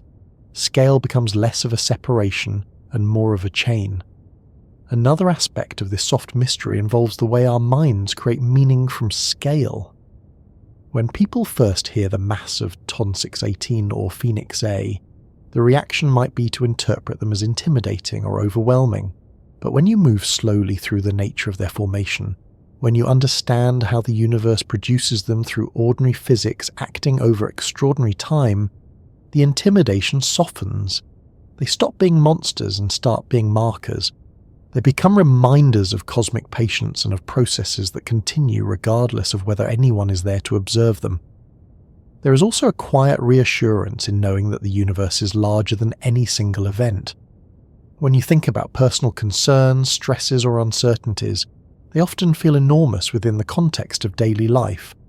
But placing them against the backdrop of galaxies, clusters, and ancient black holes can ease the sense of urgency. Not because those concerns don't matter, but because scale provides perspective. It shows that existence operates on many levels at once. Some are local and immediate, others extend across billions of years. Both can coexist without negating each other. This perspective also opens space for reflection about what it means to be conscious in a universe like this. Black holes do not think about their growth. They do not reflect on their origins. They do not experience the passage of time, yet they shape their surroundings profoundly. Humans, by contrast, do not shape galaxies, but we observe them. We interpret them. We contemplate their meaning. In that sense, consciousness itself becomes a kind of scale. Not physical scale, but the scale of awareness. The ability to hold the image of a star system-sized event horizon in the mind is its own kind of achievement, even if that image remains faint or incomplete. The mystery of scale also includes the way we perceive distance.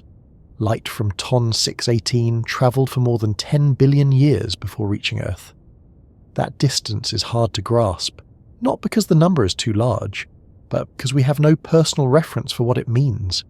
We can imagine a long walk or a long drive or even a long space mission, but we cannot imagine crossing billions of light years. The universe works at scales where human travel becomes irrelevant, and yet our instruments bring those distances into reach. Telescopes gather the light, spectrographs analyze it, computers process the data. We end up holding information from the distant past in the palms of our hands. That is another way the mystery becomes soft rather than overwhelming. It also helps to remember that the universe feels enormous because we are measuring it from within. If you were an observer who existed on a cosmic timescale, the distance between one galaxy and another might feel small. If your awareness lasted billions of years, the growth of a black hole might seem quick. Scale depends on perspective. A star's lifetime seems long to us, but short compared to the age of the universe. A human lifetime seems long when lived day by day, but brief when compared to cosmic structures. And still, during that brief span, we can understand enough to connect ourselves to the larger story. This connection does not require minimizing ourselves. It requires recognizing that the universe is not divided into important and unimportant scales. It contains everything from the behavior of subatomic particles to the evolution of galaxy clusters. All of it operates under the same set of principles. Ton 618 and Phoenix A exist because the universe follows rules consistently across all sizes. Human beings exist for the same reason. We emerge from the same physics. Our thoughts, movements, and experiences fit into the same cosmic framework. Thinking about scale can also bring a sense of peace. When you picture these giants, you're picturing structures that have existed for longer than any civilization, any species, or any landscape on Earth. They persist through cosmic cycles without urgency. They grow slowly. They shape their surroundings calmly. They remain untouched by the frantic pace of daily life. There is something reassuring in that difference. The universe does not rush. Even when creating its largest structures, it takes its time. It allows billions of years to pass without hurry. That patience becomes part of the lesson embedded within these giants. The final realization that emerges from contemplating scale is that the universe does not limit our ability to understand it. Even from a small planet orbiting a quiet star, we can follow the light of ancient quasars, map clusters, measure masses, and interpret signals sent across unimaginable distances. Our scale does not prevent comprehension. It simply means that understanding requires imagination, patience, and the willingness to stretch beyond familiar boundaries. If you sit with that idea long enough, the enormity of Ton 618 and Phoenix A begins to feel less like a contradiction of human scale and more like an expansion of it. When you think about them, you are participating in something far larger than yourself. You are connecting to the history of the universe through thought alone. That connection does not require physical travel. It does not require matching their size. It only requires awareness.